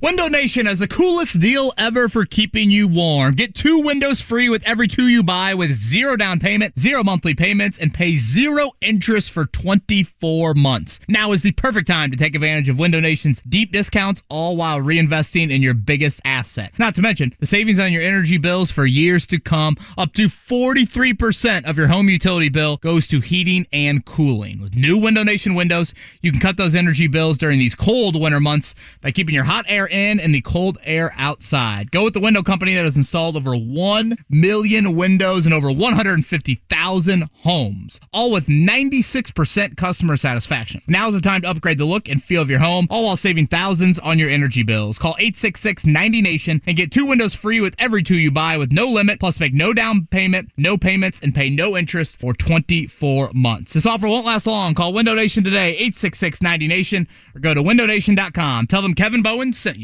Tired of living with chronic joint pain but want to avoid drugs and surgery? So was Robert Patterson until he found QC Kinetics. I was looking for a way to get better without a lot of downtime. The treatments that QC Kinetics offered, the non-surgical treatments, were ideal for me. Robert learned how QC Kinetics uses regenerative medicine, natural biologics to restore and repair damaged tissue, encouraging your body to heal itself. Surgery is not an option, and it doesn't always have to be an option. Do you suffer from pain in your knees, hips, shoulder, or back? Call QC Kinetics and learn how regenerative treatments can give you your life back. There's no downtime. You literally go into the doctor's office and you get treated, and then you go back to doing what you were doing. Who would have thought that I would be in better shape now than, shortly after I got out of the Marines at 22? Call QC Kinetics now for a free consultation. Call QC Kinetics, 317-559-PAIN. That's 317-559-PAIN. 317-559-PAIN.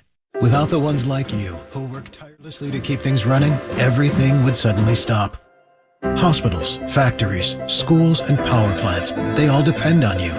No matter the weather, emergency, or time of day, you're the ones who get it done. At Grainger, we're here for you with professional-grade industrial supplies. Count on real-time product availability and fast delivery. Call, clickgrainger.com, or just stop by. Grainger, for the ones who get it done. Are your ankylosing spondylitis or AS symptoms still not under control? Stairs? No way. Is your treatment still not working? Mornings? Moving? No. Tired of saying no? Talk to your rheumatologist about a different treatment option. Visit confrontas.com, and next time, you may just say, "Why, yes, I will go for that run." Visit confrontas.com. Sponsored by AbbVie. The best audio entertainment is on Audible. It's the home of storytelling with audiobooks, exclusive originals, popular podcasts, and more. All in one app. Sign up for a free 30-day trial at audible.com. The Ride with JMV. Joe Lenardi joins us. Where do you have the Boilermakers? They're going to be still a 1, but they're running out of wiggle room. Where do you have the Hoosiers? Hoosiers will be the number 13 overall team on the board, so that's good for a high 4 seed. And because Purdue is not ahead of them in the South, they will be in that Louisville path. The Ride with JMV. Weekdays 3 to 6 on 93.5 and 107.5. The Fan.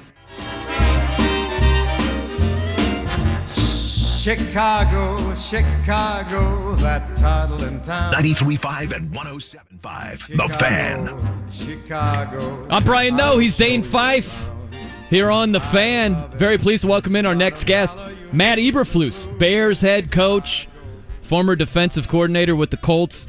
You know, Jimmy, who's playing the music here today and doing many other things, Coach, he said we're playing Sinatra coming back, whether you like it or not. Are you a Sinatra guy? What is your wheelhouse musically? Well, I would say that I do like Sinatra for sure. I mean, he's obviously iconic, but I'm more of a country guy. That baby! Who's your guy, Dane? Eric Church is my guy, Coach. You like Eric Church, Coach? Yeah, that's a good one for sure. Hey, I got one for you. Clayton Anderson. He's a Bedford, Indiana guy. He's about to go big. Don't forget that name. I'll remind Mr. Faber about Clayton Anderson. Okay, sounds good. So if we don't go Eric Church, who do we go with? Are we going old school? Well, yeah, I would say that I want to say Kenny Chesney's one of my favorites. Okay, so, yeah, kind of old school. You're linebacker in college, a country fan, you have my heart. You sound like you're doing the combine evaluation of Clayton Anderson there. You know, that's what you sound like. He's 6'4", mullet, right? Great twang, good 40 time. Yep. Yeah, you got that in there. Big drinker. Yeah. Coach, how's it feel to be back in Indianapolis for this go-around of the Combine? No, it's good. I mean, 1 year later, so we have a really good understanding of where our roster is and what we're going to do, and we got a great opportunity ahead of us. We got a lot of cap space, and we got all these draft picks, and with the first-round pick, we got opportunity and flexibility really to add to our football team. Coach, when you do these radio interviews, honestly, I'm not going to ask you about it, but most of these interviews are like, you're at number 1 overall. You going quarterback? You're sticking with Justin Fields? Like, do you ever just kind of roll your eyes going into the interview like, oh, gosh, this again? Well, we know the questions before they're asked for sure. We just want to make sure that we look at everything. We have the opportunity to really keep our open mind and make sure we can make good decisions with knowing all the information that we have ahead of us. When you are bombarded with those type of questions, it makes me wonder, what's the question that you would want to answer that you aren't being asked when there's so much focus on the number 1 overall pick? Yeah, that's a good question. I would just say that the culture of our team, how good it was last year, obviously going through adversity, we were close in a lot of games, but our guys, and a credit to our players, a credit to our coaches, a credit to the staff, the support staff that really just did a great job of having a mindset of a great attitude every single week and working together to build that culture. Coach Dane Fife here. You played in college, you coached in college, and now you're a head coach. You're an assistant in the NFL. Now you're a head coach. What is the biggest difference in college in terms of coaching than it is the NFL? Yeah, that's a good question. It's really not that much difference. You have to really adapt and adjust a little bit to the age of the player because your range of players is a lot wider. So, in college, you're 18, 19, 21, 22, somewhere in there. Now you're 22 to 32, 22 to 38, so there's a wide range. Guys that have families, guys that have houses, they're in the middle of their life and, in their career. So you have to adjust your style a little bit. It's really more of a partnership when you're in the NFL working with the players, and you're still of service to the player like you are in college, but I would say that's the biggest thing. How much is a player's personality or a player's how they are in an interview? How big of a role, if he's got numbers, if the numbers add up, if he's got the size or got the talent, Is it feasible to think that you might not take a player based on personality or his interview? Yeah, I would say, really the most important thing is the tape. So his number, evaluate the number first. Mm-hmm. And does he have passion? Does he have love for the game of football? And does he show that on the game tape? That's number one. Then secondly, does he show it in practice? Because guys that love football, they love it in practice as well as they love it in the games. And that shows because you can't cheat the game. How you practice is how you play. And then you move from there and you say, okay, hey, is he a teammate that we can work with him? He can be working well with others. His team ability is good. And then from there, you make your choice, but he has to first and foremost love the game and have passion and show that on the game tape. Can you tell when a player doesn't love the game, Coach? Yeah, that's easy to see. Gosh, it's easy to see the other side, too. It's easy to see the love, too. You can see it. It just jumps off the tape. Yeah. What do you love most about the Combine here, the week that is? Yeah, I just think it's really a chance for us to get to know the players better. And again, this is just one small part of it. Obviously the medical here is the most important thing, but, get a chance to spend 20 minutes, 30 minutes with the guys and get a chance to know them a little bit better. Then we're going to take our off-site visits to the pro days and get a chance to maybe go eat dinner with some of these guys and spend some more time. And this is just one piece of the puzzle. He's Matt Eberflus, Bears head coach, joining us here on The Fan. Coach, I think about the team that had the number 1 overall pick last season, the Jags, and they went from 3-14, and they were a playoff team this past season, had a plus 500 record. Do you see that possibly happening with the Bears? Same record, 3-14, but maybe making a jump and winning as many as 6 more games, maybe more in 2023. Yeah, I mean, this year we were super close in a lot of games. We were 1-7 in one-score games, and we were very competitive against a bunch of good football teams. And keep adding talent, and one more year in the system to develop these young guys that we have. And then just keep moving forward. And we're excited about onboarding this whole group of guys that we got coming in free agency in the draft. So it's going to be a big process for us. We got a lot of work ahead of us in this 58 days before the draft. So a lot of work. So we're excited about that. I promise you this isn't a loaded question, but gosh, it sounds like it. This is not me trying to figure out what you're doing at the quarterback position. I promise you, Coach. Just when you look at the roster as it is right now, who are some of the players that you're most excited about being back with the Bears in 2023 and seeing what they can do? Yeah, I mean, I'm not going to give names right now because, that's a competitive advantage for others, but I'm just going to really just say that, we are excited about a lot of young pieces. The guys that we draft, the draft class that we had last year, Braxton and Gordon and Brisker, Sanborn, all those guys have really put their, first step was really good for those guys. And again, they have to continue to develop. I'm just thinking, Coach, where I'm thinking about the rookies that you had last season, and then I'm also thinking about a guy that you brought in during the season, which is Chase Claypool, who was the wide receiver with the Steelers.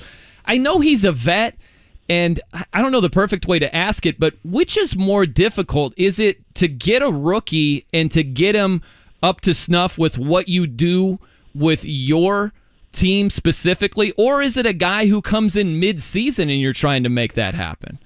Yeah, I think it's probably harder mid-season because, when a rookie comes in, he comes in for rookie mini camp. He's got the whole summer.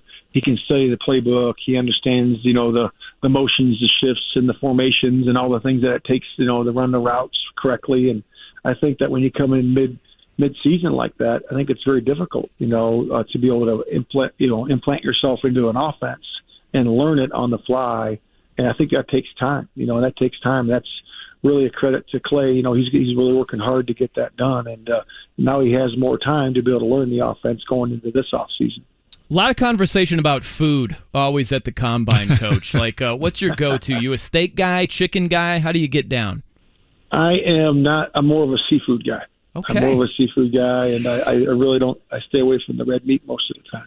Not bad. So fish, scampi. What do you do?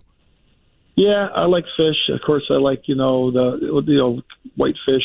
Different various types of white fish, sea bass, all that. So I like that. Very nice. Well, Coach, thanks for taking some time today. We really enjoyed it. Enjoy the Combine week, and hope you get a lot of good work done. Thank you, Coach. All right, fellas. Thanks for having me on. Yeah, thank you. There he is, Matt Eberflus, Bears head coach, former Colts defensive coordinator. Very nice. And boss of my former college roommate and current Chicago Bears sports information director, Mr. Brandon Faber. Very nice. Did you tell him you'd give him a shout out? I did. Thank you, Brandon. Brandon, I will shout you out. Just make it happen, buddy. Very nice. He's That a big was good. Buckeye fan. He's a Hoosier. He graduated from Indiana in 9 years, but he's a big Buckeye fan. He likes to do the OH. Man, speaking of OH, Justin Fields, their quarterback, I would be floored. I really would, Dane, if Justin Fields is not their quarterback this next season. I just don't see that happening. There's a lot of speculation. They're going to trade him, go with the rookie. I just don't see that happening. The other thing, and I keep harping on this, is Justin Fields can take a beating and still be there for the next game for the most part. I know he missed a little bit of time with the shoulder injury, but that was toward the end of the season and all that type of stuff. But he has taken a beating, and he's been coming back. And I hope that Bryce Young can do the same thing, but you have got to keep that in mind when you're evaluating which quarterback you're thinking about going with for the future. Like, can you see Bryce Young taking the same beating that Justin Fields has taken? No, and I can't see the Chicago Bears. Once again, I don't even think they're going to take a quarterback no matter where they trade. And the reason is because, like Coach Eberflus said, they're not far off. They had how many? 7 one-possession games, I think is the way they put it. Mm-hmm. And I felt the same way watching the Bears. They are not far off. And Justin Fields, to me, isn't their problem.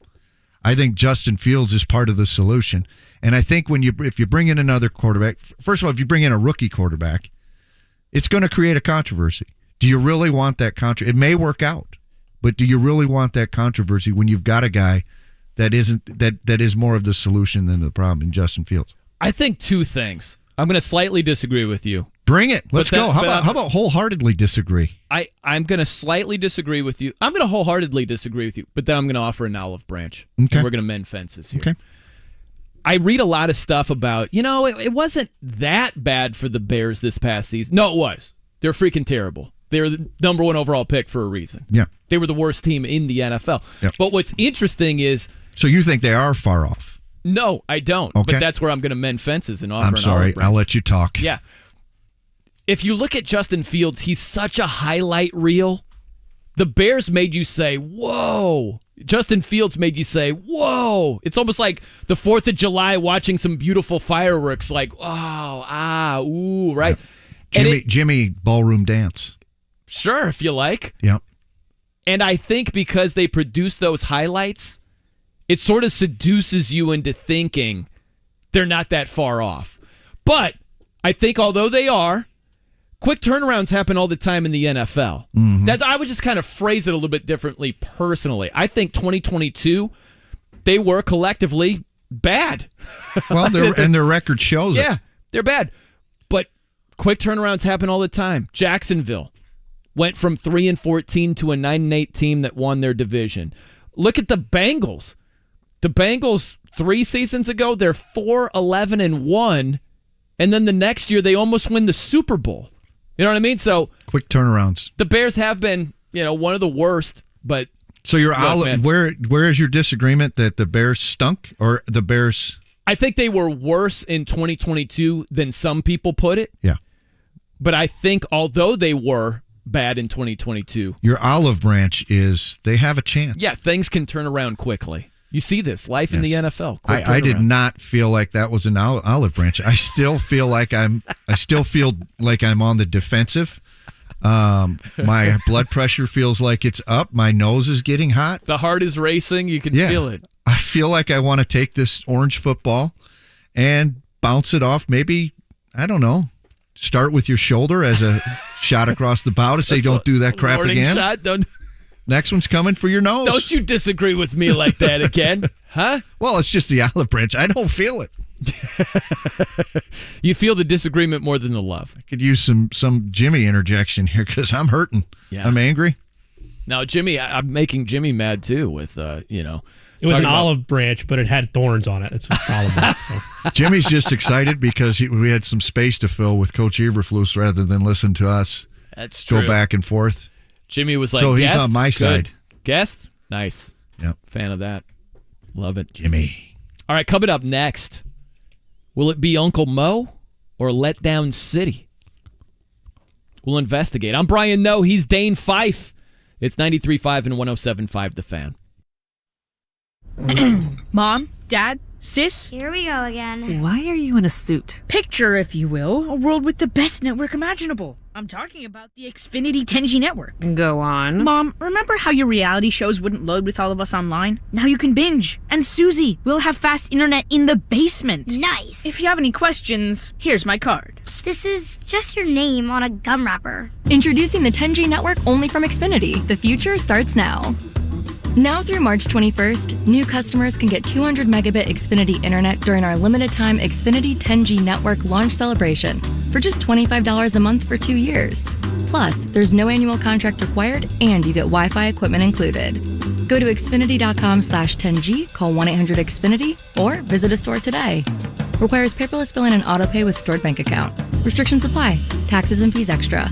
After promo, regular rates apply to internet service and devices. Actual speeds vary. Hey guys, looking for a reason to spend 3 days on the couch watching basketball? Schedule your vasectomy at Urology of Indiana for a Thursday or Friday, then sit back, relax, and catch some games over the weekend while you recover. It may be the only time your wife approves of hoarding the couch and the remote control. Vasectomies at Urology of Indiana are simple and typically take only about 15 minutes. Soon after, you'll be out the door and on your way home. During your recovery, you'll take ibuprofen and be back to your normal activities in 3 days. The docs at Urology of Indiana are board certified and perform vasectomies every day of the week, all year long. They're pros at what they do. And they have multiple vasectomy clinics, so chances are good there's one close to you. If you've been putting off your vasectomy, now is the time. You'll never have a better excuse to watch basketball. Call Urology of Indiana or visit vasectomyindy.com for information and to schedule an appointment. That's vasectomyindy.com.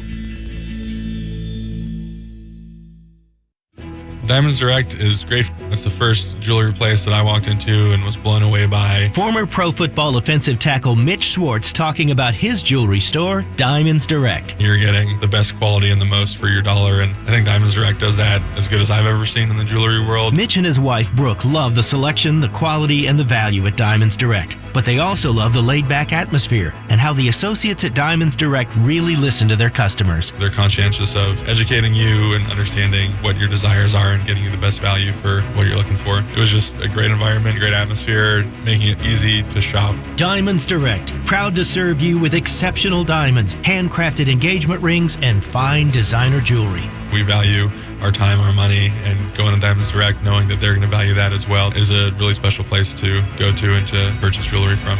Diamonds Direct, your love, our passion. Get directions, store hours, and more at diamondsdirect.com. You had a solid retirement dream, sell your home in a few years, bank the equity, downsize, and travel, but inflation and recession has you wondering if all your hard-earned equity will still be there. What if you could recession-proof your equity right now? You can with TrueHold. TrueHold will buy your home for its best current value before a recession can erode it. You get to bank all the cash now and live in your home for as long as you want, and TrueHold covers all property taxes, insurance, repairs, and maintenance. And since TrueHold pays your home's current value in cash now, it's yours to do whatever you'd like. Don't wait for inflation, recession, and interest rates to erode your home's value. Visit TrueHold.com and discover how much TrueHold will buy your home for today, based on its best current value, not what's coming. So call 1-855-300-9993 or visit TrueHold.com. The smarter, faster way to cash out on your home's value without having to move. That's TrueHold.com. Helzberg Diamonds presents The Guy Who Did His Homework.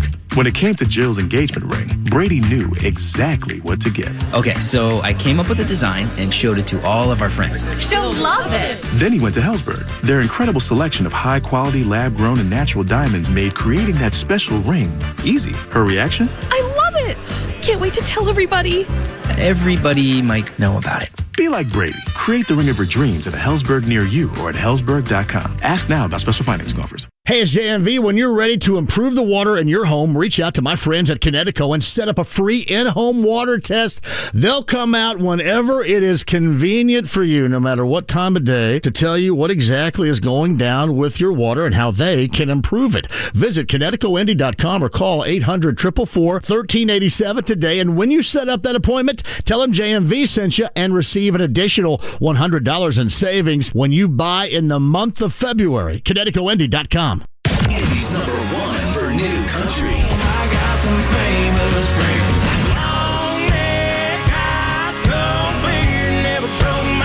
Nobody plays more new country. 97.1 Hank FM. The NTT IndyCar Series season begins in St. Petersburg. Sunday morning at 11:30 on 93.5 and 107.5 The Fan.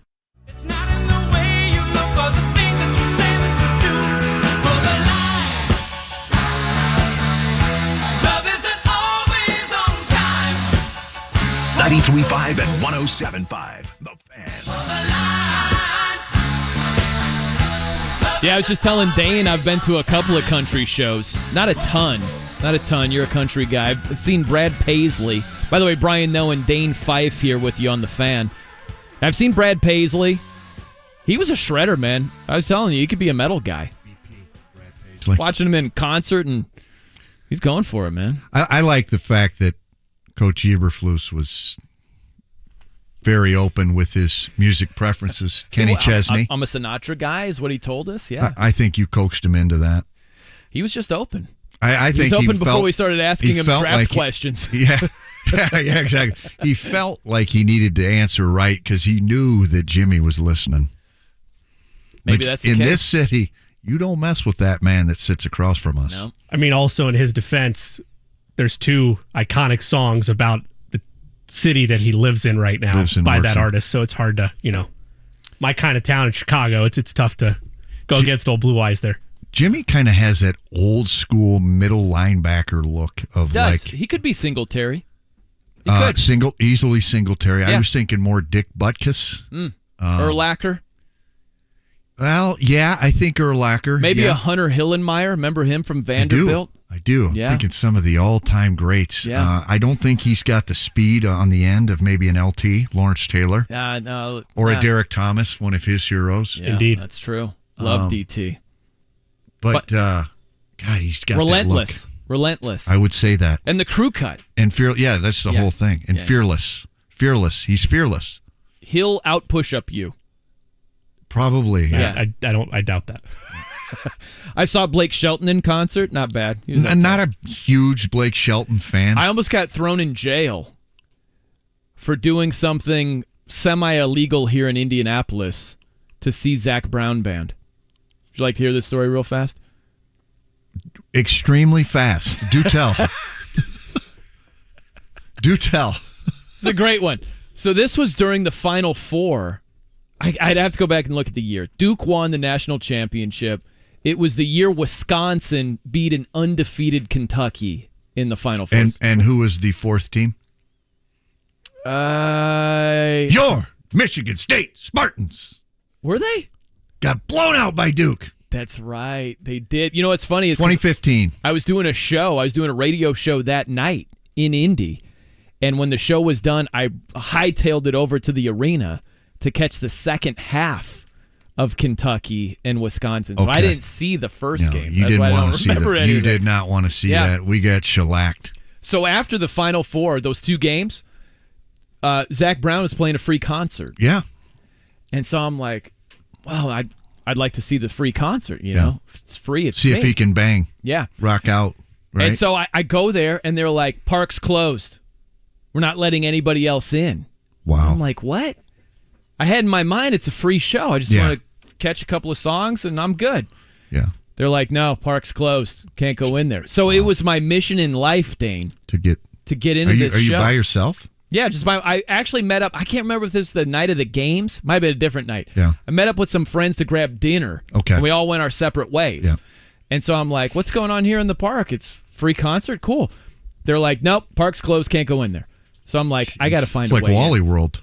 got to find a way in, Dane. So I go to the opposite side. Maybe the guy on the other side is cooler. Right. I don't know. Just a nicer fellow. Yeah, so I go there. Same thing. Park's closed. Jeez, Nobody they else stuck can to come their in. guns. It's good communication. Sticking to their guns, high security over here.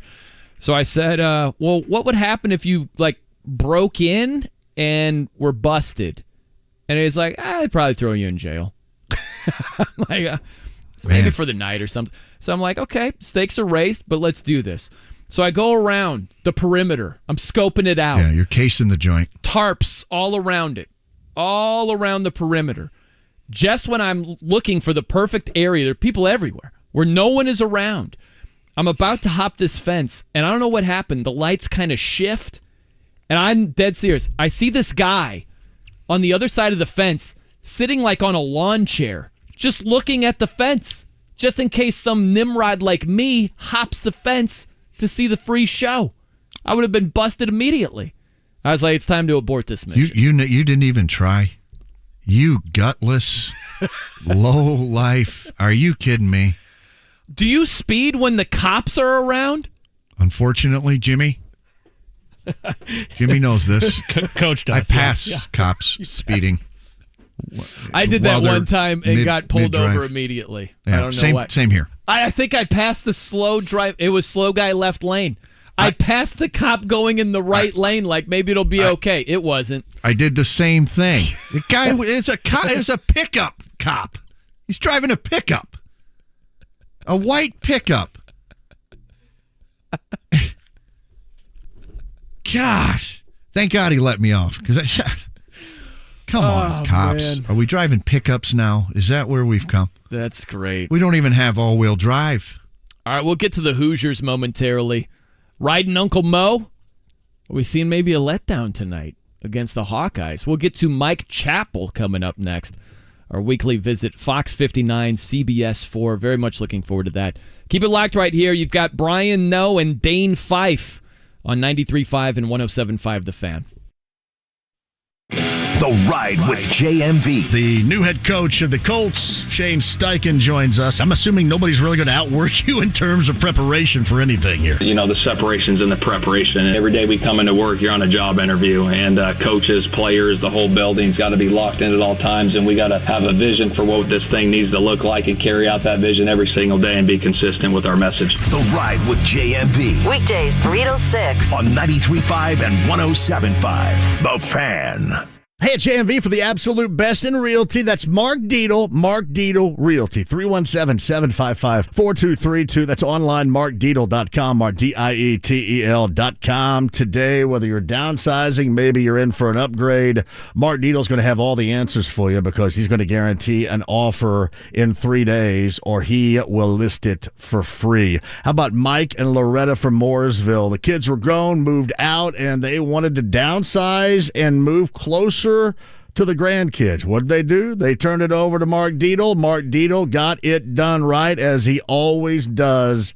Everybody is happy, and you will be too. The best in realty? It's Mark Dietel. Mark Dietel Realty today. 317-755-4232. That's 317-755-4232. Online, it's markdietel.com. Do it today. MarkDietel.com. Hey, Wings Etc. fans, guess what? It's Wings Schooner Madness time. You heard him right, Wings Etc. fans. From now through March 8th, our award-winning jumbo and boneless wings are just 79 cents. And domestic schooners are just $5.50. Dine-in only. 79-cent wings and $5.50 domestic schooners now through March 8th, only at Wings Etc. The beer is cold, the deals are hot, and only at Wings Etc. Wings Etc. Grill and Pub. With 13 Central Indiana locations, find us online at wingsetc.com. Pickup USA Fitness in Noblesville welcomes lifetime fitness members that like to hoop but can't with the elimination of basketball courts. Just $39.99 a month, and you're going to hoop it up. Pickup USA Fitness is reducing right now their $99 initiation fee to just $50 to welcome their new friends from Lifetime Fitness and elsewhere. Membership gets access to open gym, weights, fitness equipment, and officiated pickup games 6 until 10 p.m. Plus, you get involved in competitive leagues. Harriman Boulevard, Noblesville, or pickupusafitness.com today. Is your car still under warranty? No, not anymore. My mechanic just suggested an extended service plan from Ox Car Care. Ox Car Care? Yeah, Ox will cover repair bills if anything happens to the car. New brakes, transmission, AC, or engine problems. Plus, Ox Car Care offers free oil changes, tire rotation, and roadside assistance. Wait, you pay nothing on repairs? Ox gets it fixed? Free oil changes, free tire rotation, and free roadside assistance? Yeah, you don't pay. Ox pays. Ox even has a 30-day money-back guarantee and is A+ rated on the BBB. They handle their claims from start to finish, unlike those other warranty companies. The last thing I need is an unexpected car repair bill. I'm calling Ox Car Care now. Call Ox Car Care for your free quote. 800-737-4073. Ask about senior and military discounts. Ox covers commercial car owners too. Don't get stuck with a major car repair bill. Call Ox Car Care. 800-737-4073. 800-737-4073. Need new tires? Skip the long appointments and bad coffee. With Go Mobile Tires Indy, order tires online and have them installed at your home or office. GoMobileIndy.com. We come to you. 93.5 and 107.5. The Fan. WIBC HD2 W298BB. WIBC HD3 W228CX. Indianapolis. The Pacers are in Dallas to face the Mavericks. Tonight at 8 on 93.5 and 107.5 The Fan.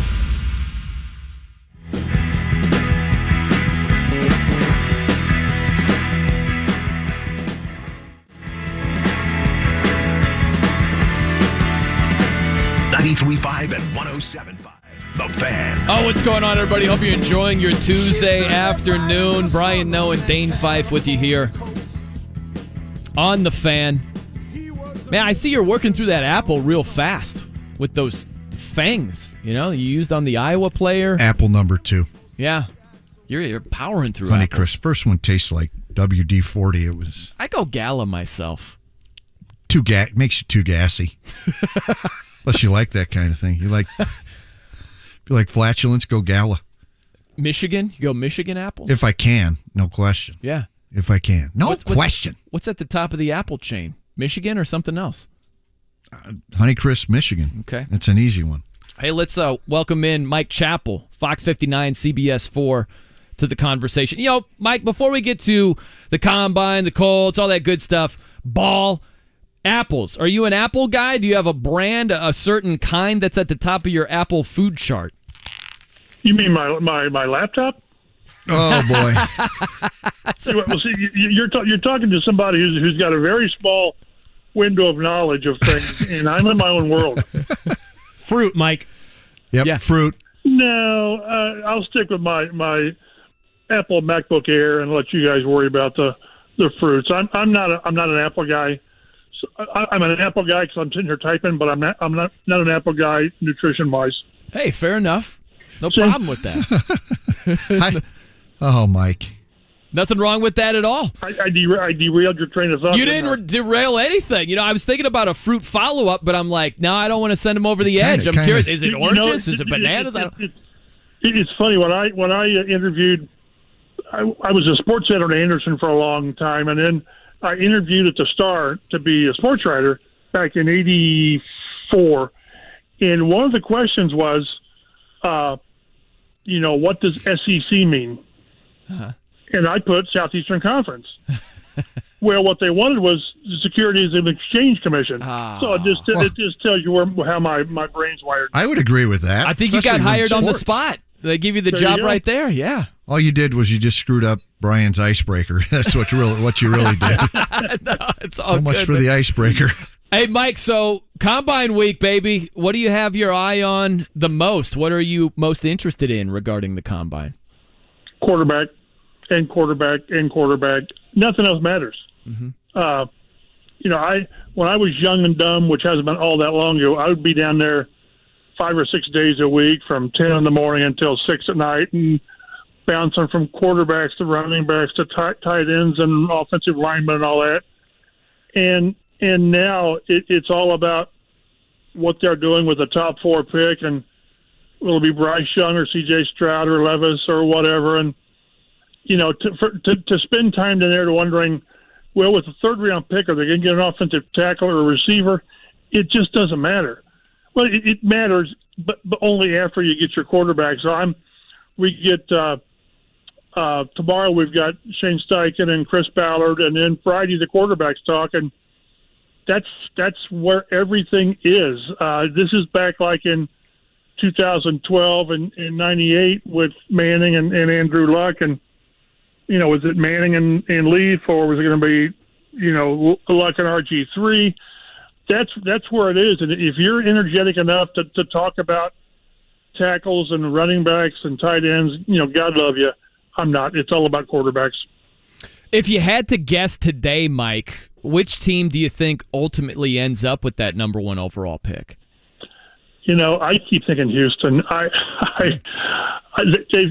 They're too. I mean, obviously, they need a quarterback as bad as the Colts do. They have more draft capital to make a trade. And now the only thing that would be different is if, let's say, and it kind of came up today when the Chicago guys were talking to the GM polls, and he mentioned something now. If the package includes players, you want this thing done by the start of free agency. Now, if that's the case, and let's say the Colts are willing to part with DeForest Buckner, just throw a name out there, probably one of their top 3 players, the Colts. But if you can do that, and if I'm Chicago, I would rather have a DeForest Buckner than a future number 1. I would argue that. So maybe the Colts would have more clout if they include a player. Kenny Moore, both Flus loves both those guys, and both were perfect in his defense. I kind of keep thinking of Houston just because they've got more draft capital. But if you're including players, the Colts are in much better position to sweeten that package to go to 1. You know what I keep thinking about, Mike, is the what-if scenario where what if a random team makes a move for the number 1 overall pick that has right now a lower pick than the Colts? Let's say it's the Panthers or the Lions or the Raiders get aggressive. If they move up to number 1, I can't foresee Houston doing Indianapolis any favors if Indy wants to move up to number 2 to at least get a top 2 prospect, right? Agreed. And that's why I always hate to say do whatever it takes, because you've got to have a grunt point, it seems like. But you've just got to do pretty much whatever it takes to go to 1. And if Houston outbids you for 1 and Chicago goes to 2, then you do whatever it takes to go to 2. To sit there at 4 or even go to 3 and say, well, we'll take the third best guy. I just think there's so much on the line for the team and for Chris Ballard. If I'm Chris Ballard, and let's say the perception is his job's on the line, it's not because he's still here, but he's got to make something happen. I want to go down gunning with my guy. I really not with this is who was left. So I really think the Colts are going to be extremely aggressive, and for the most part, do whatever it takes to go up to 1. And if you can't get 1, you go to 2. Then you're at least going to get the second best guy, and hopefully you've got both guys, whoever it is, Young or Stroud or whatever, Levis. At least you're saying, well, we can make this work because this guy was graded pretty closely. But they can't be non-aggressive. They got to go after it and do, for the most part, whatever it takes to get the quarterback they want. Hey, Mike, why not? Geoff Schwartz was talking to us earlier. Why not bring back Carson Wentz or someone like that and draft an offensive lineman and wait till next year's class? Because next year's class has got some legitimate guys. Because Jim Irsay is still the owner. Yeah, and Chris, you feel like Chris Ballard's, if is potentially on the line here, got to get it right. Yeah, in normal situations, maybe Chris would be open to that, and that's a big maybe. I think he was a lot more on board with Irsay getting rid of Wentz than Frank was. From my talks with Jim Irsay, I'm telling you, there's a better chance of me playing quarterback next year than Carson Wentz.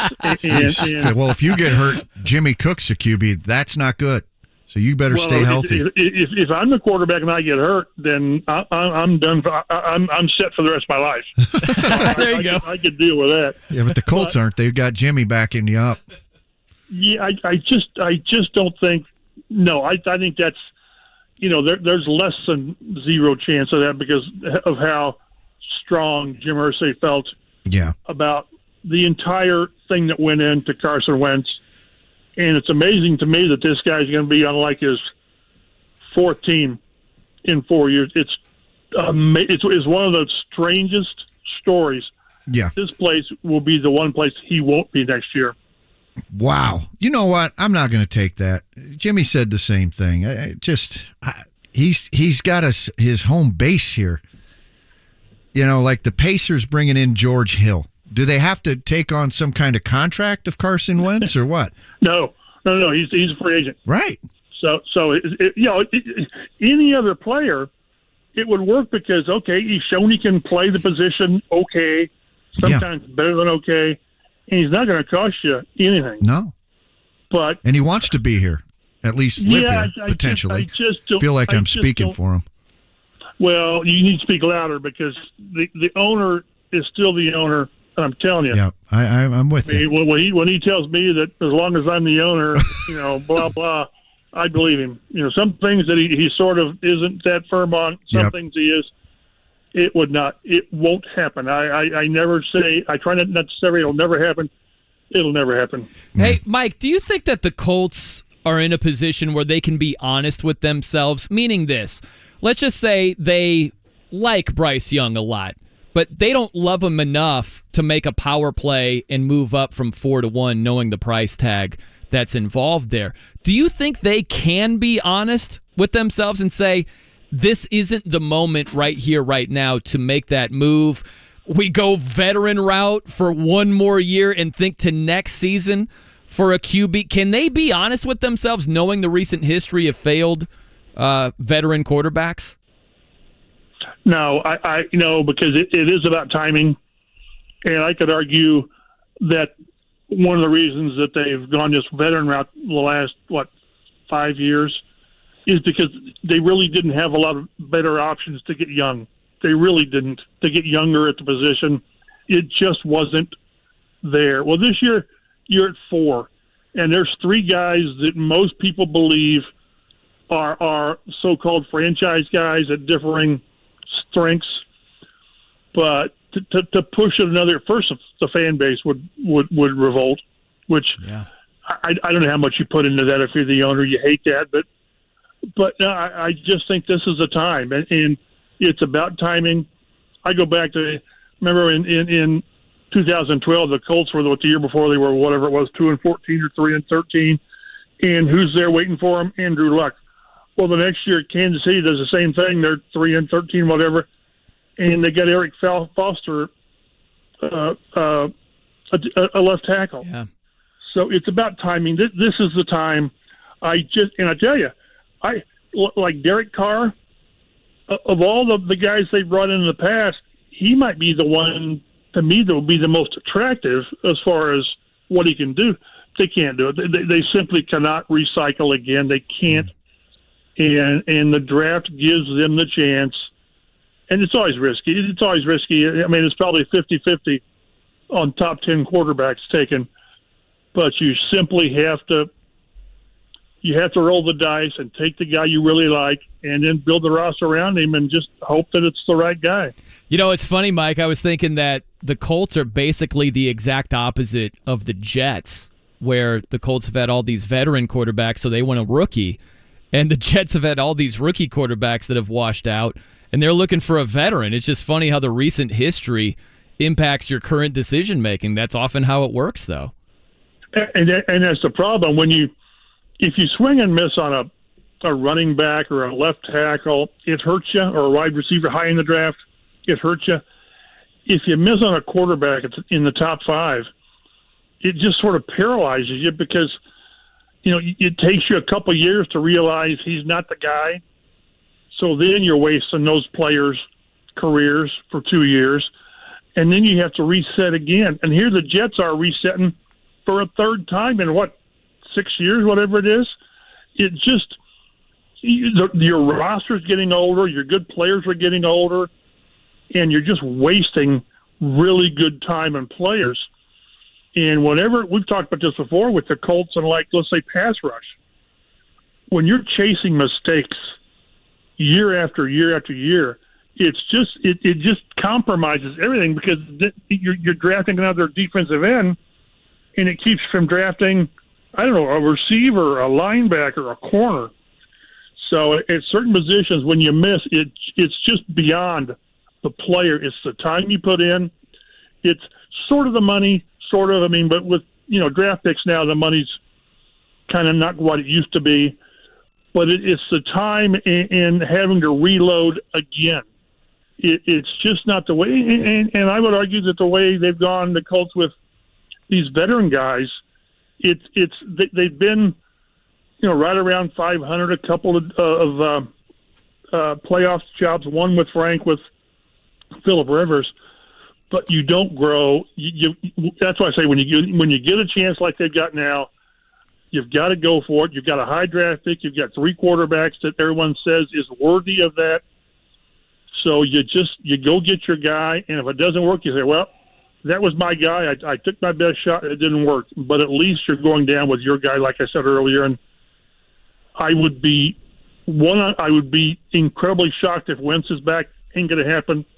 And I'll be incredibly shocked if the Colts stay at 4 and just get what's left, unless there's just no option to move up in the top 3, which they do have options. Dane Fife here. Hey, Mike, can we make a small, just gentleman's bet? But sure.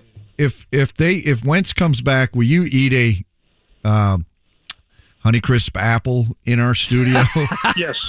Yes. And if he doesn't come back, you'll come down to Beach Grove and you'll cut my grass for the summer. How about that? Oh, that'll keep me in shape. I'd love to. For the whole summer? You provide the sunscreen, though. I need the 100. For a month. For a month? You're going to cut his grass for a month, Dane? Put your money where your Carson Wentz's mouth is, Dane. He provides the 200 proof sunscreen that I require. Well, I feel good about having my grass cut for at least a month. Now, how often do you cut it, Mike? Is this like once every 3 days? Are you meticulous here? How much work would Dane be putting in? But once it starts growing, it's about every 6 days. Oh, man. One every 6 days. I'll do it. Deal. That's like 5 times. 5 grass cuttings, Dane. I don't know, man. You feel that strongly about? I can do it. See Wentz? Okay. Mike Chappell here on The Fan. I'm curious where, listen, there are a lot of rumors about Justin Fields maybe being traded with the Bears. I don't personally anticipate that, but let's just put it out there, Mike. If the Colts could have Justin Fields or any of the rookie quarterbacks, what would be your preference? That's a good question. Probably Justin Fields because he's proven. It's like when the Colts traded Buckner, they gave up the 13th pick. I would do that in a heartbeat for a veteran player who was still like 25, as opposed to a rookie that you might like, but you just don't know. I would probably take Fields, probably.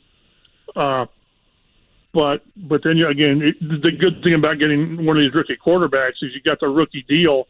So for 4 years, these guys are ridiculously priced. Then the 5th year, it jumps. But I don't think the Bears trade him.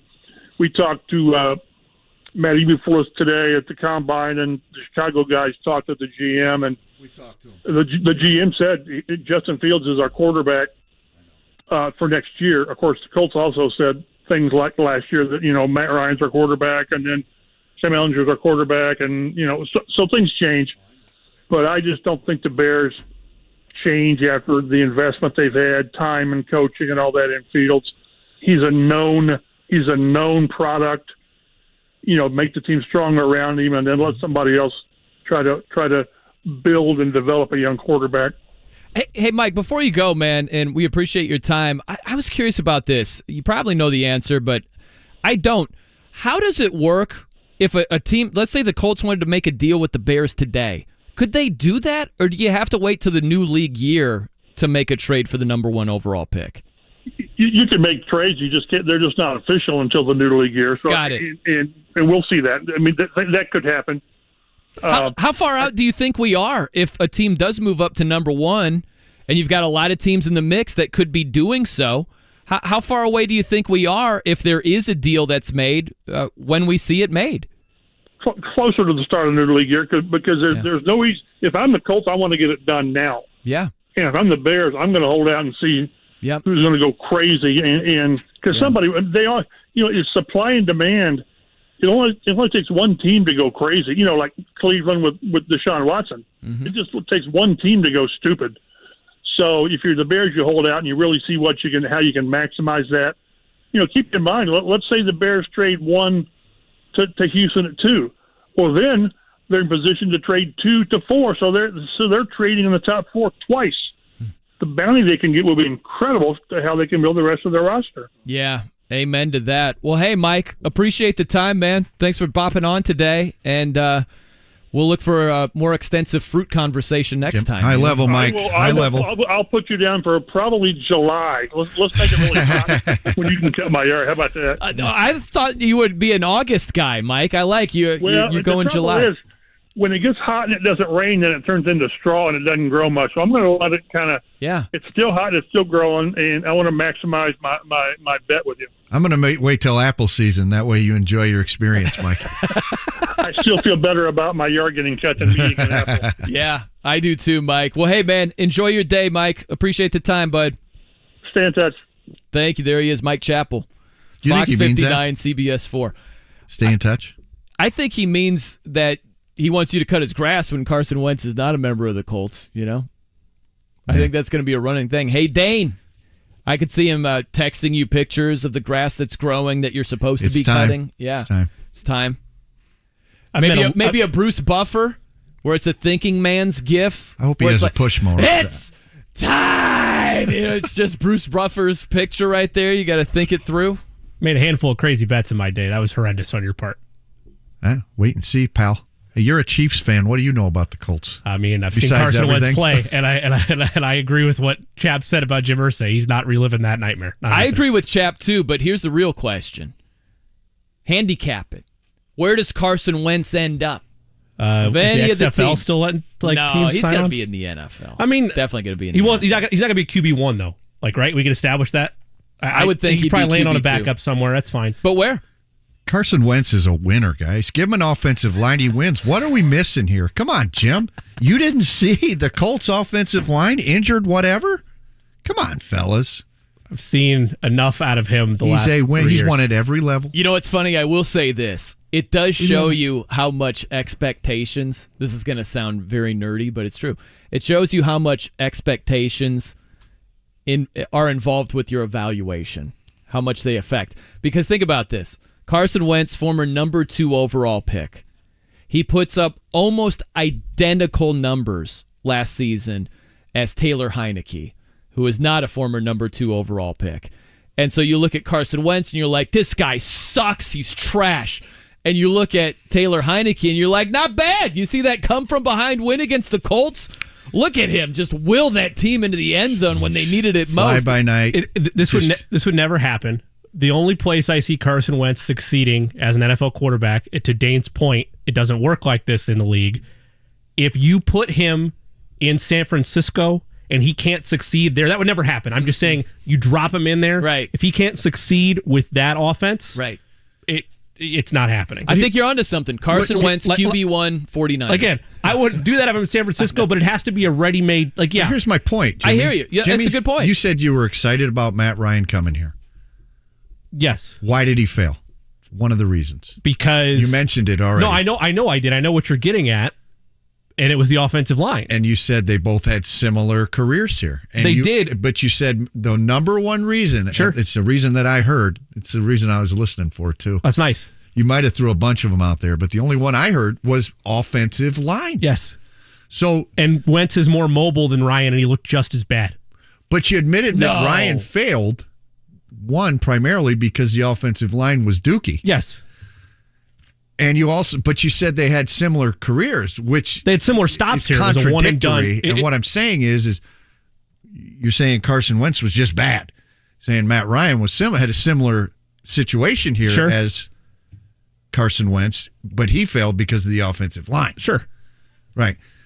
So you're openly admitting that the offensive line is not good. Yeah, I'm not disagreeing with that, but the thought was when you brought Wentz in here as well, and as that line degraded, is that okay, he's got mobility, He can extend plays. It's not going to matter as much. His numbers were better than Ryan's, but the end result, and that's all I care about. At the end of the day, where did you take your team? They both had the same result. It was still better wins and losses wise with Where'd Wentz. they end up? Did they make the playoffs or not? It was still better. That doesn't still matter. Better. It wasn't the same. Okay. Playoffs? What are we talking about? That's why they did it. That is why they went the retread route, because they thought they were going to make the postseason. They missed twice. Just because Ryan didn't work out and I thought he would, doesn't automatically make Wentz a good decision. No, but that's the thing. You're moving the goalposts. I'm not. There you go. Where do you want the goalpost to be? That's a great analogy. I want the goalpost to be where. If you say Carson Wentz and Matt Ryan, it was still the same end result. No, it wasn't. So don't move the goalposts what's the end result? The veteran quarterback route. You're moving the end result goalposts. What's the end result to a successful season for you? What's the result? Well, that depends on if you're a Chiefs or a Colts fan. No, it doesn't. And the Chiefs fandom has nothing to do with my ability. But you have to different talk about expectations. No, I don't. Like for that, yeah, sure. When you're rooting for them, of course, a Chiefs fan has different expectations. It's like we got different expectations for Michigan State Spartans than we do Indiana Hoosiers. Michigan State Spartans were thinking national championship. Indiana Hoosiers were thinking get to the damn tournament. Sure. Same with Chiefs and Colts right now. But you're talking about playoffs. But why can't you focus on one topic? What the Chiefs have nothing to do with Indianapolis. But my issue is this. You're asking what are his expectations? Sure, because he's accusing me of moving the goalpost, and if I am, I apologize. What's the goalpost at? Where's it at? The goalpost is at Carson Wentz was better individually than Matt Ryan. I know we're comparing like a broken down Skylark to a bad Corolla, but I get it. Sorry, do you drive a Corolla? Yes. I'm sorry. I know. We're not talking about upper echelon here, but all I'm saying Super is Bowl QBs. I don't Carson Wentz, he was better than Matt Ryan. So to say like they're the same, like individually, the numbers they put up or team-wise, the wins, losses, it was not the same. It was better with Carson Wentz. So, it was bad football on both ends. Did Wentz have more bright spots? Sure. It was still bad football over the course of the season. All I'm saying is we're arguing semantics. The semantics is my points. Go out and fix the offensive line. You're going to draft another QB that's going to get his ass knocked out. You and I are in the same boat on that. Totally. No one's arguing that the offensive line shouldn't be fixed. Then you watch what you say about Carson Wentz, pal. Because he will be back. He'll be back in the league somewhere, holding a clipboard, helping in quarterback meetings. It sounds like I'm trying to prop up Carson Wentz into being like a difference maker. I'm just fighting for the little crumb off of like my Nutri-Grain bars that I didn't quite eat. Yeah. The little crumb of respect that he should get, which is he was at least better than Matt Ryan in Indianapolis. That's all I'm saying. And my point is it doesn't matter if your offensive line struggles. It doesn't. So why are we talking about much respect to Mike Chappell and his relationship with Jim Irsay, but he says quarterback. He said it 3 times. Yeah. And you can't run the car if you don't have the engine. And to me, the engine is not the QB. The engine right now is the offensive line for those ponies. Well, look, man, I'll bring another quarterback up. Look at Russell Wilson in his Seattle days. He compensated for a weak offensive line for years. If you have a truly special quarterback, yes, you can compensate now why do for we an call underperforming O-line.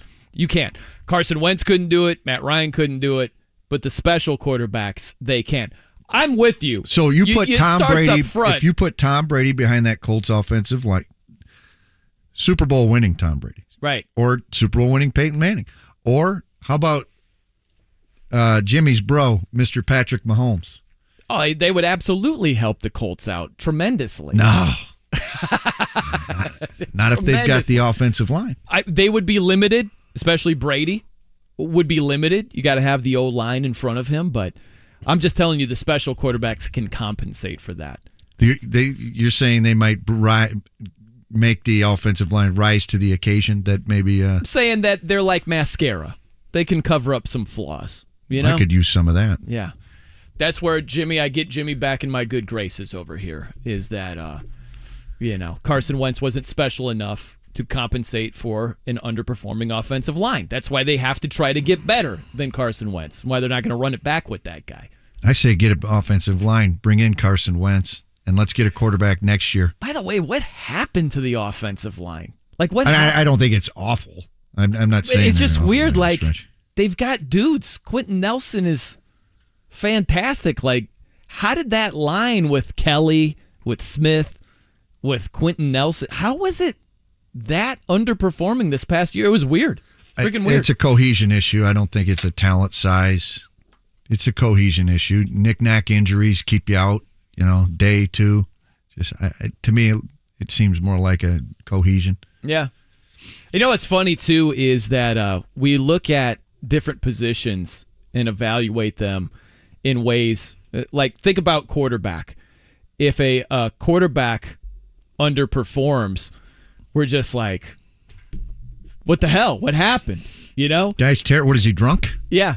But has he been drinking? But an offensive line, we just look at it like it's supposed to be the same every single year. That's exactly right. Yeah, they're just big, meaty guys. Yeah. They should be the same every year. They just stand there and put their hands out. Sometimes offensive lines underperform as well. That's right. That's what I'm saying. All right, coming up next, Uncle Mo or Letdown City. And also, we didn't touch on this weird moment over the weekend. We just have to, in passing, touch on it. It was pretty interesting. We'll get to that. I'm Brian Noe. He's Dane Fife. It's 93.5 and 107.5 The Fan. Hey, it's Dan Dockage for Affinity Whole Health. Guys, do something for yourselves. Go to feelgreatindy.com. I'm on a testosterone replacement program with Affinity. Let me tell you, the benefits are amazing. Go to feelgreatindy.com. That's feelgreatindy.com. After I got out of the Marine Corps, coming back home, it was just a mental breakdown for me. I was on the verge of giving up. That chapter, that season in my life was over. Now what? Who was I? That's what I kept asking myself.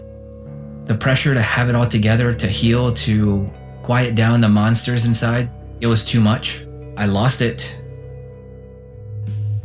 I had heard about the Wounded Warrior Project. I had seen the logo and that visual of a warrior carrying another warrior. The programs that the Wounded Warrior Project offers, it's not just the veteran themselves, it's their whole family. It brings it all together. We have scars that we carry, and just because the scars are there doesn't mean that we're any less than what we were. Right now, I'm the best version that I ever have been of myself. I can embrace the brokenness. You wouldn't go into battle alone. You don't have to fight this alone. Visit woundedwarriorproject.org/notalone. Before I was adopted, I felt alone. I felt nervous that I wouldn't have a family. I was getting older and older. I didn't think I was going to get adopted. With help from the Dave Thomas Foundation for Adoption, Lexi, Connor, and LaShawna now have a forever family and the foundation for a bright future. When I was adopted, it was like, wow, I get to settle, and this is permanent. After I was adopted, I felt happy. Adoption changed me for the better. I feel like I can be whoever I want to be. Every child deserves a safe, loving, and permanent home. Help the Dave Thomas Foundation for Adoption find forever families for children who have been lingering in foster care the longest. Learn more at davethomasfoundation.org. Welcome to Northern Indiana's premier hotel entertainment experience. Escape, indulge, and relax. Dine at the new Edgewater restaurant and schedule something unforgettable at Ribbontown Event Center. Here, where gaming, award-winning cuisine, and the entertainment experience of your life are waiting just for you. The new Four Winds Casino Hotel opening March 1st. Schedule your escape today at the new Four Winds Casino Hotel in South Bend. Visit fourwindscasino.com. We don't know who the next Colts QB will be, but we do know that he'll be here this week. Downtown Indianapolis becomes the center of the football universe as the NFL Scouting Combine comes to town. We'll find out important information, height, weight, and most importantly, hand size. And you know what they say, big hands, more touchdowns. The Fan has you locked in all week with live coverage. Your home for Colts football, 93.5 and 107.5. The Fan.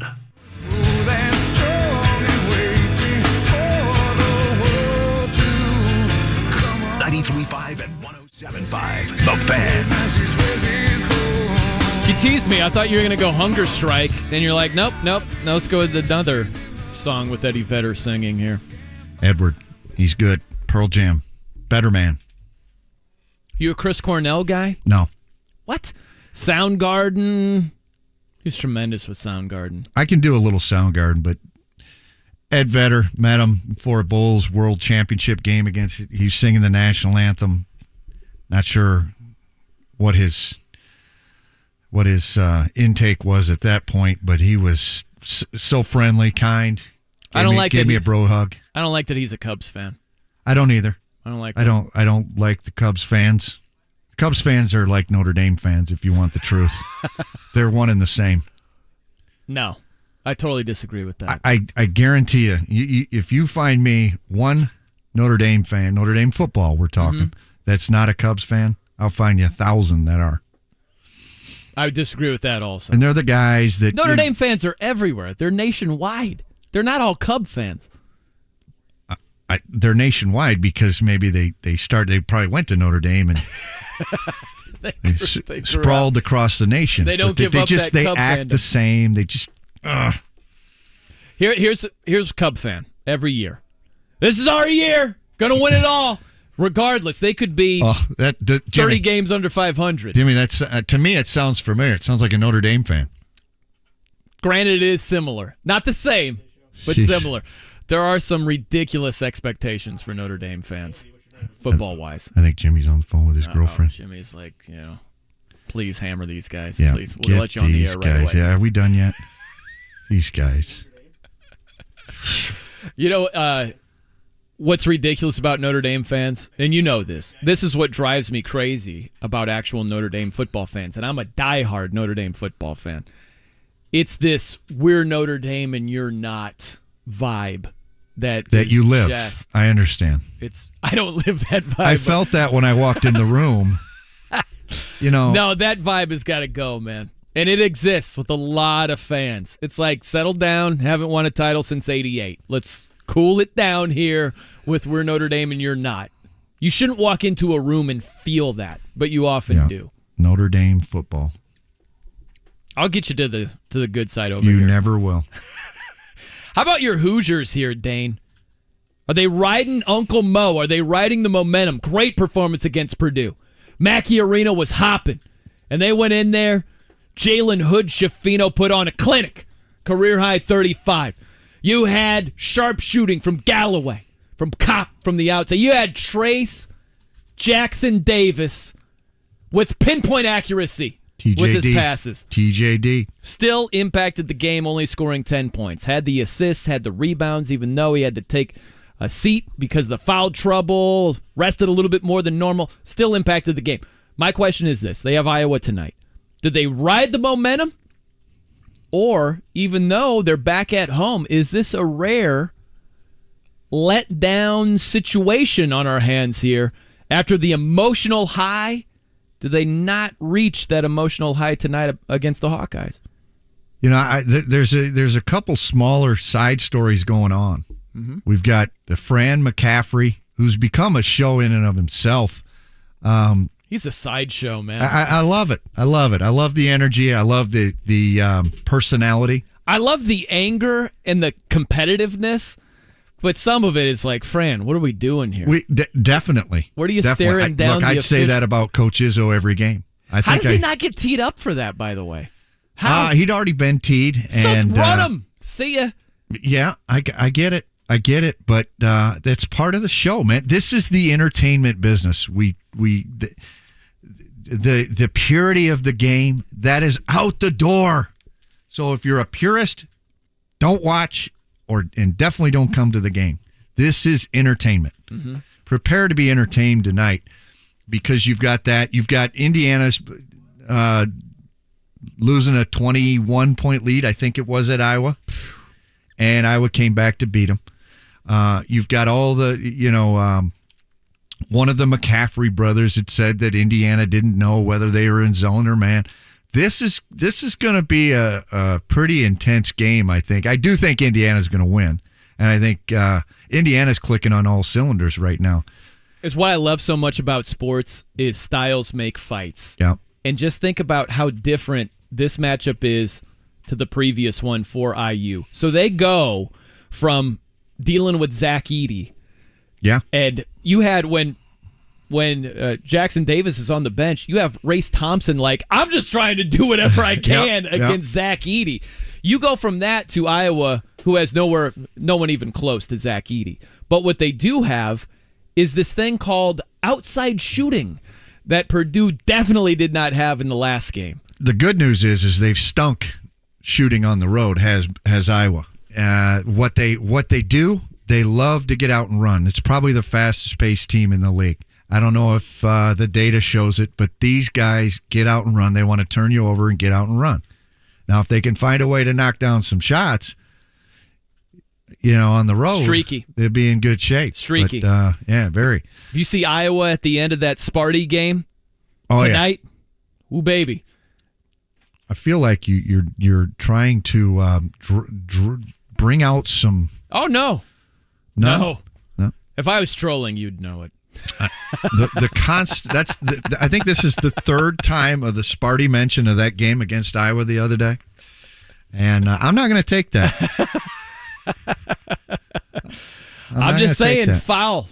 Good Lord, foul. I agree. Lights out from three. But I think the Hoosiers win. I think they're overwhelming talent, overwhelming age and size and skill. This is a team that I've said all along can compete for a national championship based on the talent, size, and skill. It's a very talented team. I mean, Trace Jackson Davis coming back was a big deal. Race Thompson, 5th-year player. Miller Kopp, 5th-year player. Xavier Johnson, 5th or 6th-year player. We going to see him tonight? I'd heard a rumor, but that's just a rumor. Yeah. I don't know. It'd be interesting because he wasn't dressed against Purdue. Trey Galloway, guys. I recruited Trey at Michigan State. I wanted him to come there. And every time he played in front of Coach Izzo, he always played like crap. Like, Coach, he can play. We offered Trey, but he ended up committing early to IU. The kid can play. I think he's an NBA player. Yeah. If put in the right situation. He's gotten so much better from three. And Miller Kopp, he was on the morning show the other day, and he's shooting the crap out of the Miller ball. was on the morning show? Yeah. Oh, man. Yeah. It's about time we make some Walking requests his at IU. dog, gave an update. Let's see if we can get an IU rep on tomorrow or sometime this week. There you go. That sounds good. But, yeah, I like what Fish was saying, too. Don Fisher's like, every time he sees Trey Galloway, he's like, shoot. Let's hear your Don. Shoot. Don Fisher. So, do a Don Fisher saying he loves Gala apples. All right, guys, Don Fisher. I just love Gala apples. Is it any decent, Jimmy? I think it's pretty good. It was nice. Wow, that might be the nicest thing Jimmy's ever said to me. By the way, I got a tweet here. Jimmy will hate it, but it's the truth. So this is from Todd Furman, okay? Does some betting analysis and all of that. He just simply writes this. Bryce Young's true height, 5'10.5". Young listed at 6 foot 194 at Bama. Would be, get this, first QB listed 6 foot or shorter and under 200 pounds selected in the first round of the Common Draft era, and first quarterback listed under 200 pounds selected in the first round since Jim McMahon in 1982. Remember how you accused me of manipulating things earlier? Ooh. Well, now I'm going to. Hey, any children listening to this, what Brian's been saying all day, if you're short, don't dream about being a quarterback. It's not possible. Particularly a first-round pick. That's what Brian's been saying. Totally wrong. He's totally misrepresenting my position. The superpowers have joined forces, Jimmy and Fife. It's wrong. Listen, Jimmy, you could use my arguments against me as long as they're my arguments. That's not my argument. Russell Wilson, special player. He's short, but he's got a good frame. But he can take punishment. But he's not that short. He's short, though. Not Drew that Brees, short, very good quarterback. But he's not that short. Doesn't have the slightish frame, didn't run as much, stayed upright a lot more. How about the tweet sent to all of us? Well, at least all of us. As a JRN Indy says, as a non-degenerate gambler, over or under 0.5 on Fran McCaffrey getting a T tonight. Over under 0.5 on Fran. This should be an over. Yeah, give me the over. Yeah. Should be. Like, think of this. Think if you are an official and you keep seeing Fran McCaffrey on repeat. It is on a freaking loop on SportsCenter. Him just staring down an official and not getting teed up. You want to talk about a short fuse? Right? This game could be the best game of the year tonight for various reasons. Yeah. If the Hawkeyes can make some shots and Coach McCaffrey can keep himself in the game through the second half, it's going to be a heck of a game. I expect 1T. I expect 1T also, yeah. But I think they need him in order to have a chance to win. They need Fran McCaffrey on the bench for the full game tonight.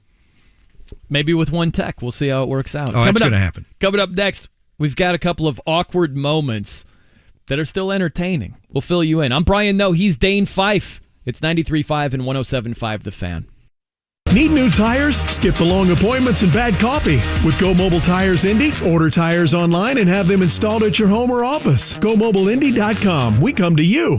JMV here with an exclusive scoop on how you can attend the NFL Combine for free. Get inside Lucas Oil Stadium to see future NFL stars up close. At the Combine Experience, you can pass, punt, and run. To attend for free, March 2nd through the 5th, just go to visitindy.com/combine to sign up for free tickets and parking. The NFL Combine up close with the best college football has to offer, March the 2nd through the 5th. Get your free tickets at visitindy.com/combine. See you there. You had a solid retirement dream. Sell your home in a few years, bank the equity, downsize, and travel. But inflation and recession has you wondering if all your hard-earned equity will still be there. What if you could recession-proof your equity right now? You can with TrueHold. TrueHold will buy your home for its best current value before a recession can erode it. You get to bank all the cash now and live in your home for as long as you want. And TrueHold covers all property taxes, insurance, repairs, and maintenance. And since TrueHold pays your home's current value in cash now, it's yours to do whatever you'd like. Don't wait for inflation, recession, and interest rates to erode your home's value. Visit TrueHold.com and discover how much TrueHold will buy your home for today, based on its best current value, not what's coming. So call 1-855-300-9993 or visit TrueHold.com. The smarter,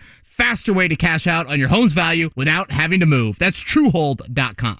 Hey, Wings Etc. fans, guess what? It's Wings Schooner Madness time. You heard him right, Wings Etc. fans. From now through March 8th, our award-winning jumbo and boneless wings are just 79 cents. And domestic schooners are just $5.50. Dine-in only. 79-cent wings and $5.50 domestic schooners now through March 8th, only at Wings Etc. The beer is cold, the deals are hot, and only at Wings Etc. Wings Etc. Grill and Pub with 13 Central Indiana locations. Find us online at wingsetc.com.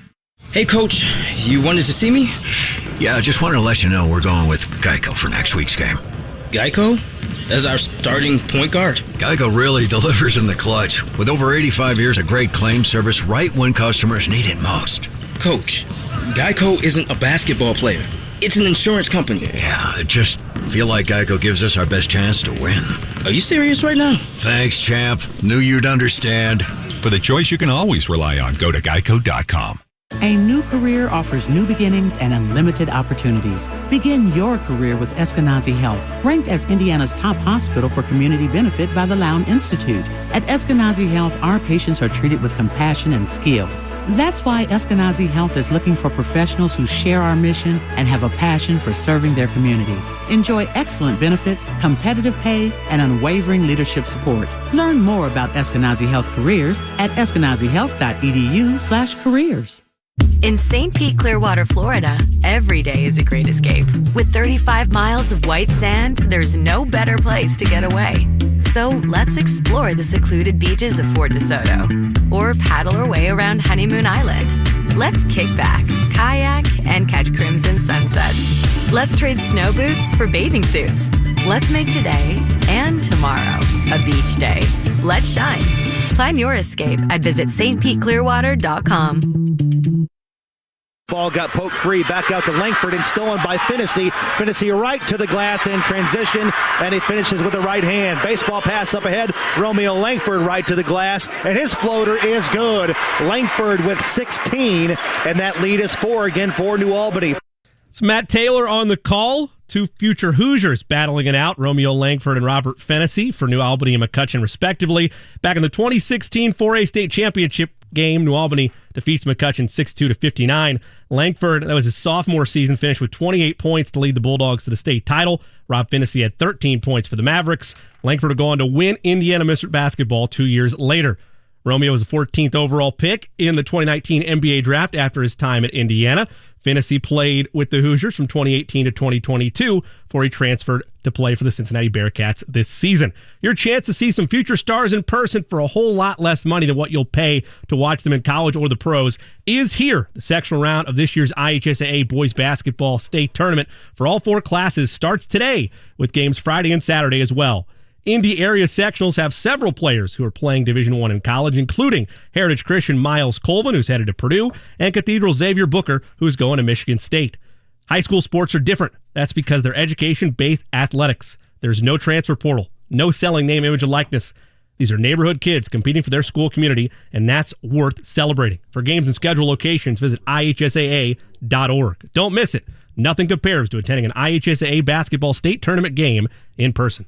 Fed Chair Powell said home values will likely continue to erode for some time. Now is the smart time to lock in your home's current higher value, get paid in cash, and not have to move. Learn more at truehold.com. The NTT IndyCar Series season begins in St. Petersburg. Sunday morning at 11:30 on 93.5 and 107.5 The Fan.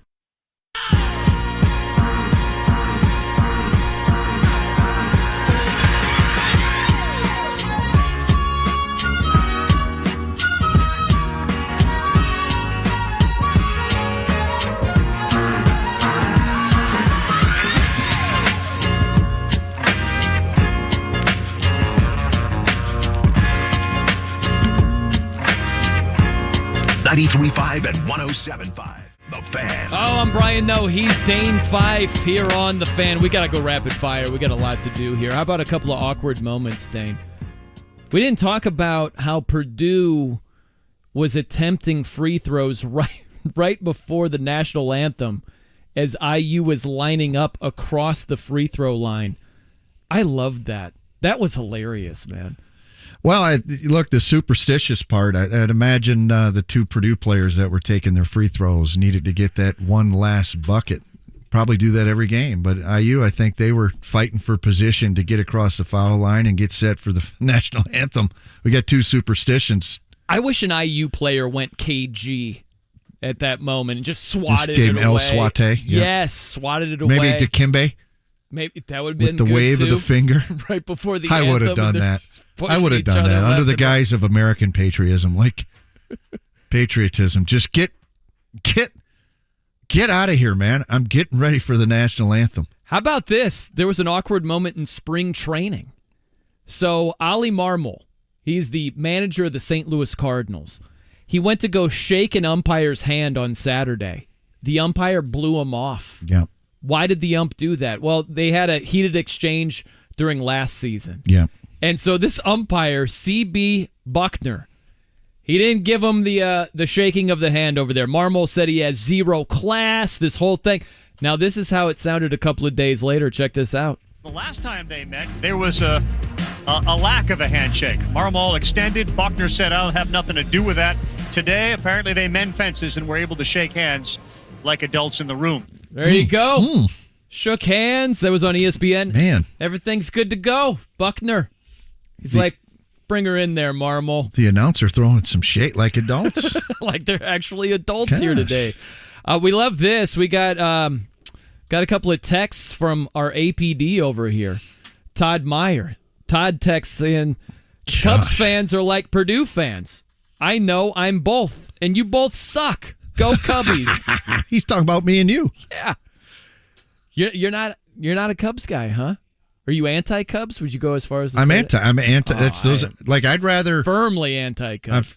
But I'm a Tigers fan. A, and B. I already said Cubs fans remind me of Notre Dame fans. They're just delusional. He said, Notre Dame fans are like IU fans. That might be true a little bit, but yeah, that's what he said. Notre Dame football fans are like IU basketball fans. They're delusional, but they're not running around with the elitist attitude. They're not going, you will work for us. See, now there are some things, like I've got thick skin. I can take a couple of slaps and figurative punches.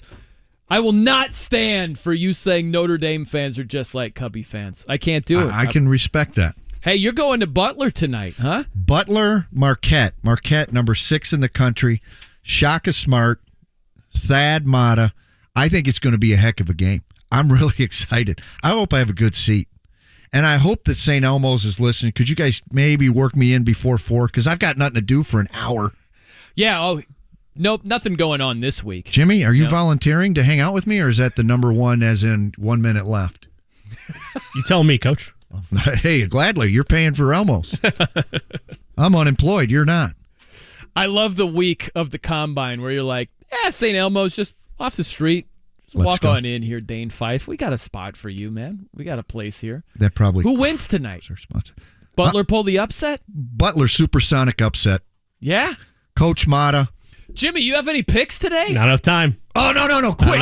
Sorry, on, Jimmy. Why didn't you tell us? I did tell you. All right, let's see. You gave me the 1 minute sign. We're going to take IU -6 tonight. Jalen Hood-Schifino over 16.5. Homer pick. Trace Jackson-Davis over 22.5. Homer. Let down position. They don't cover. Boo.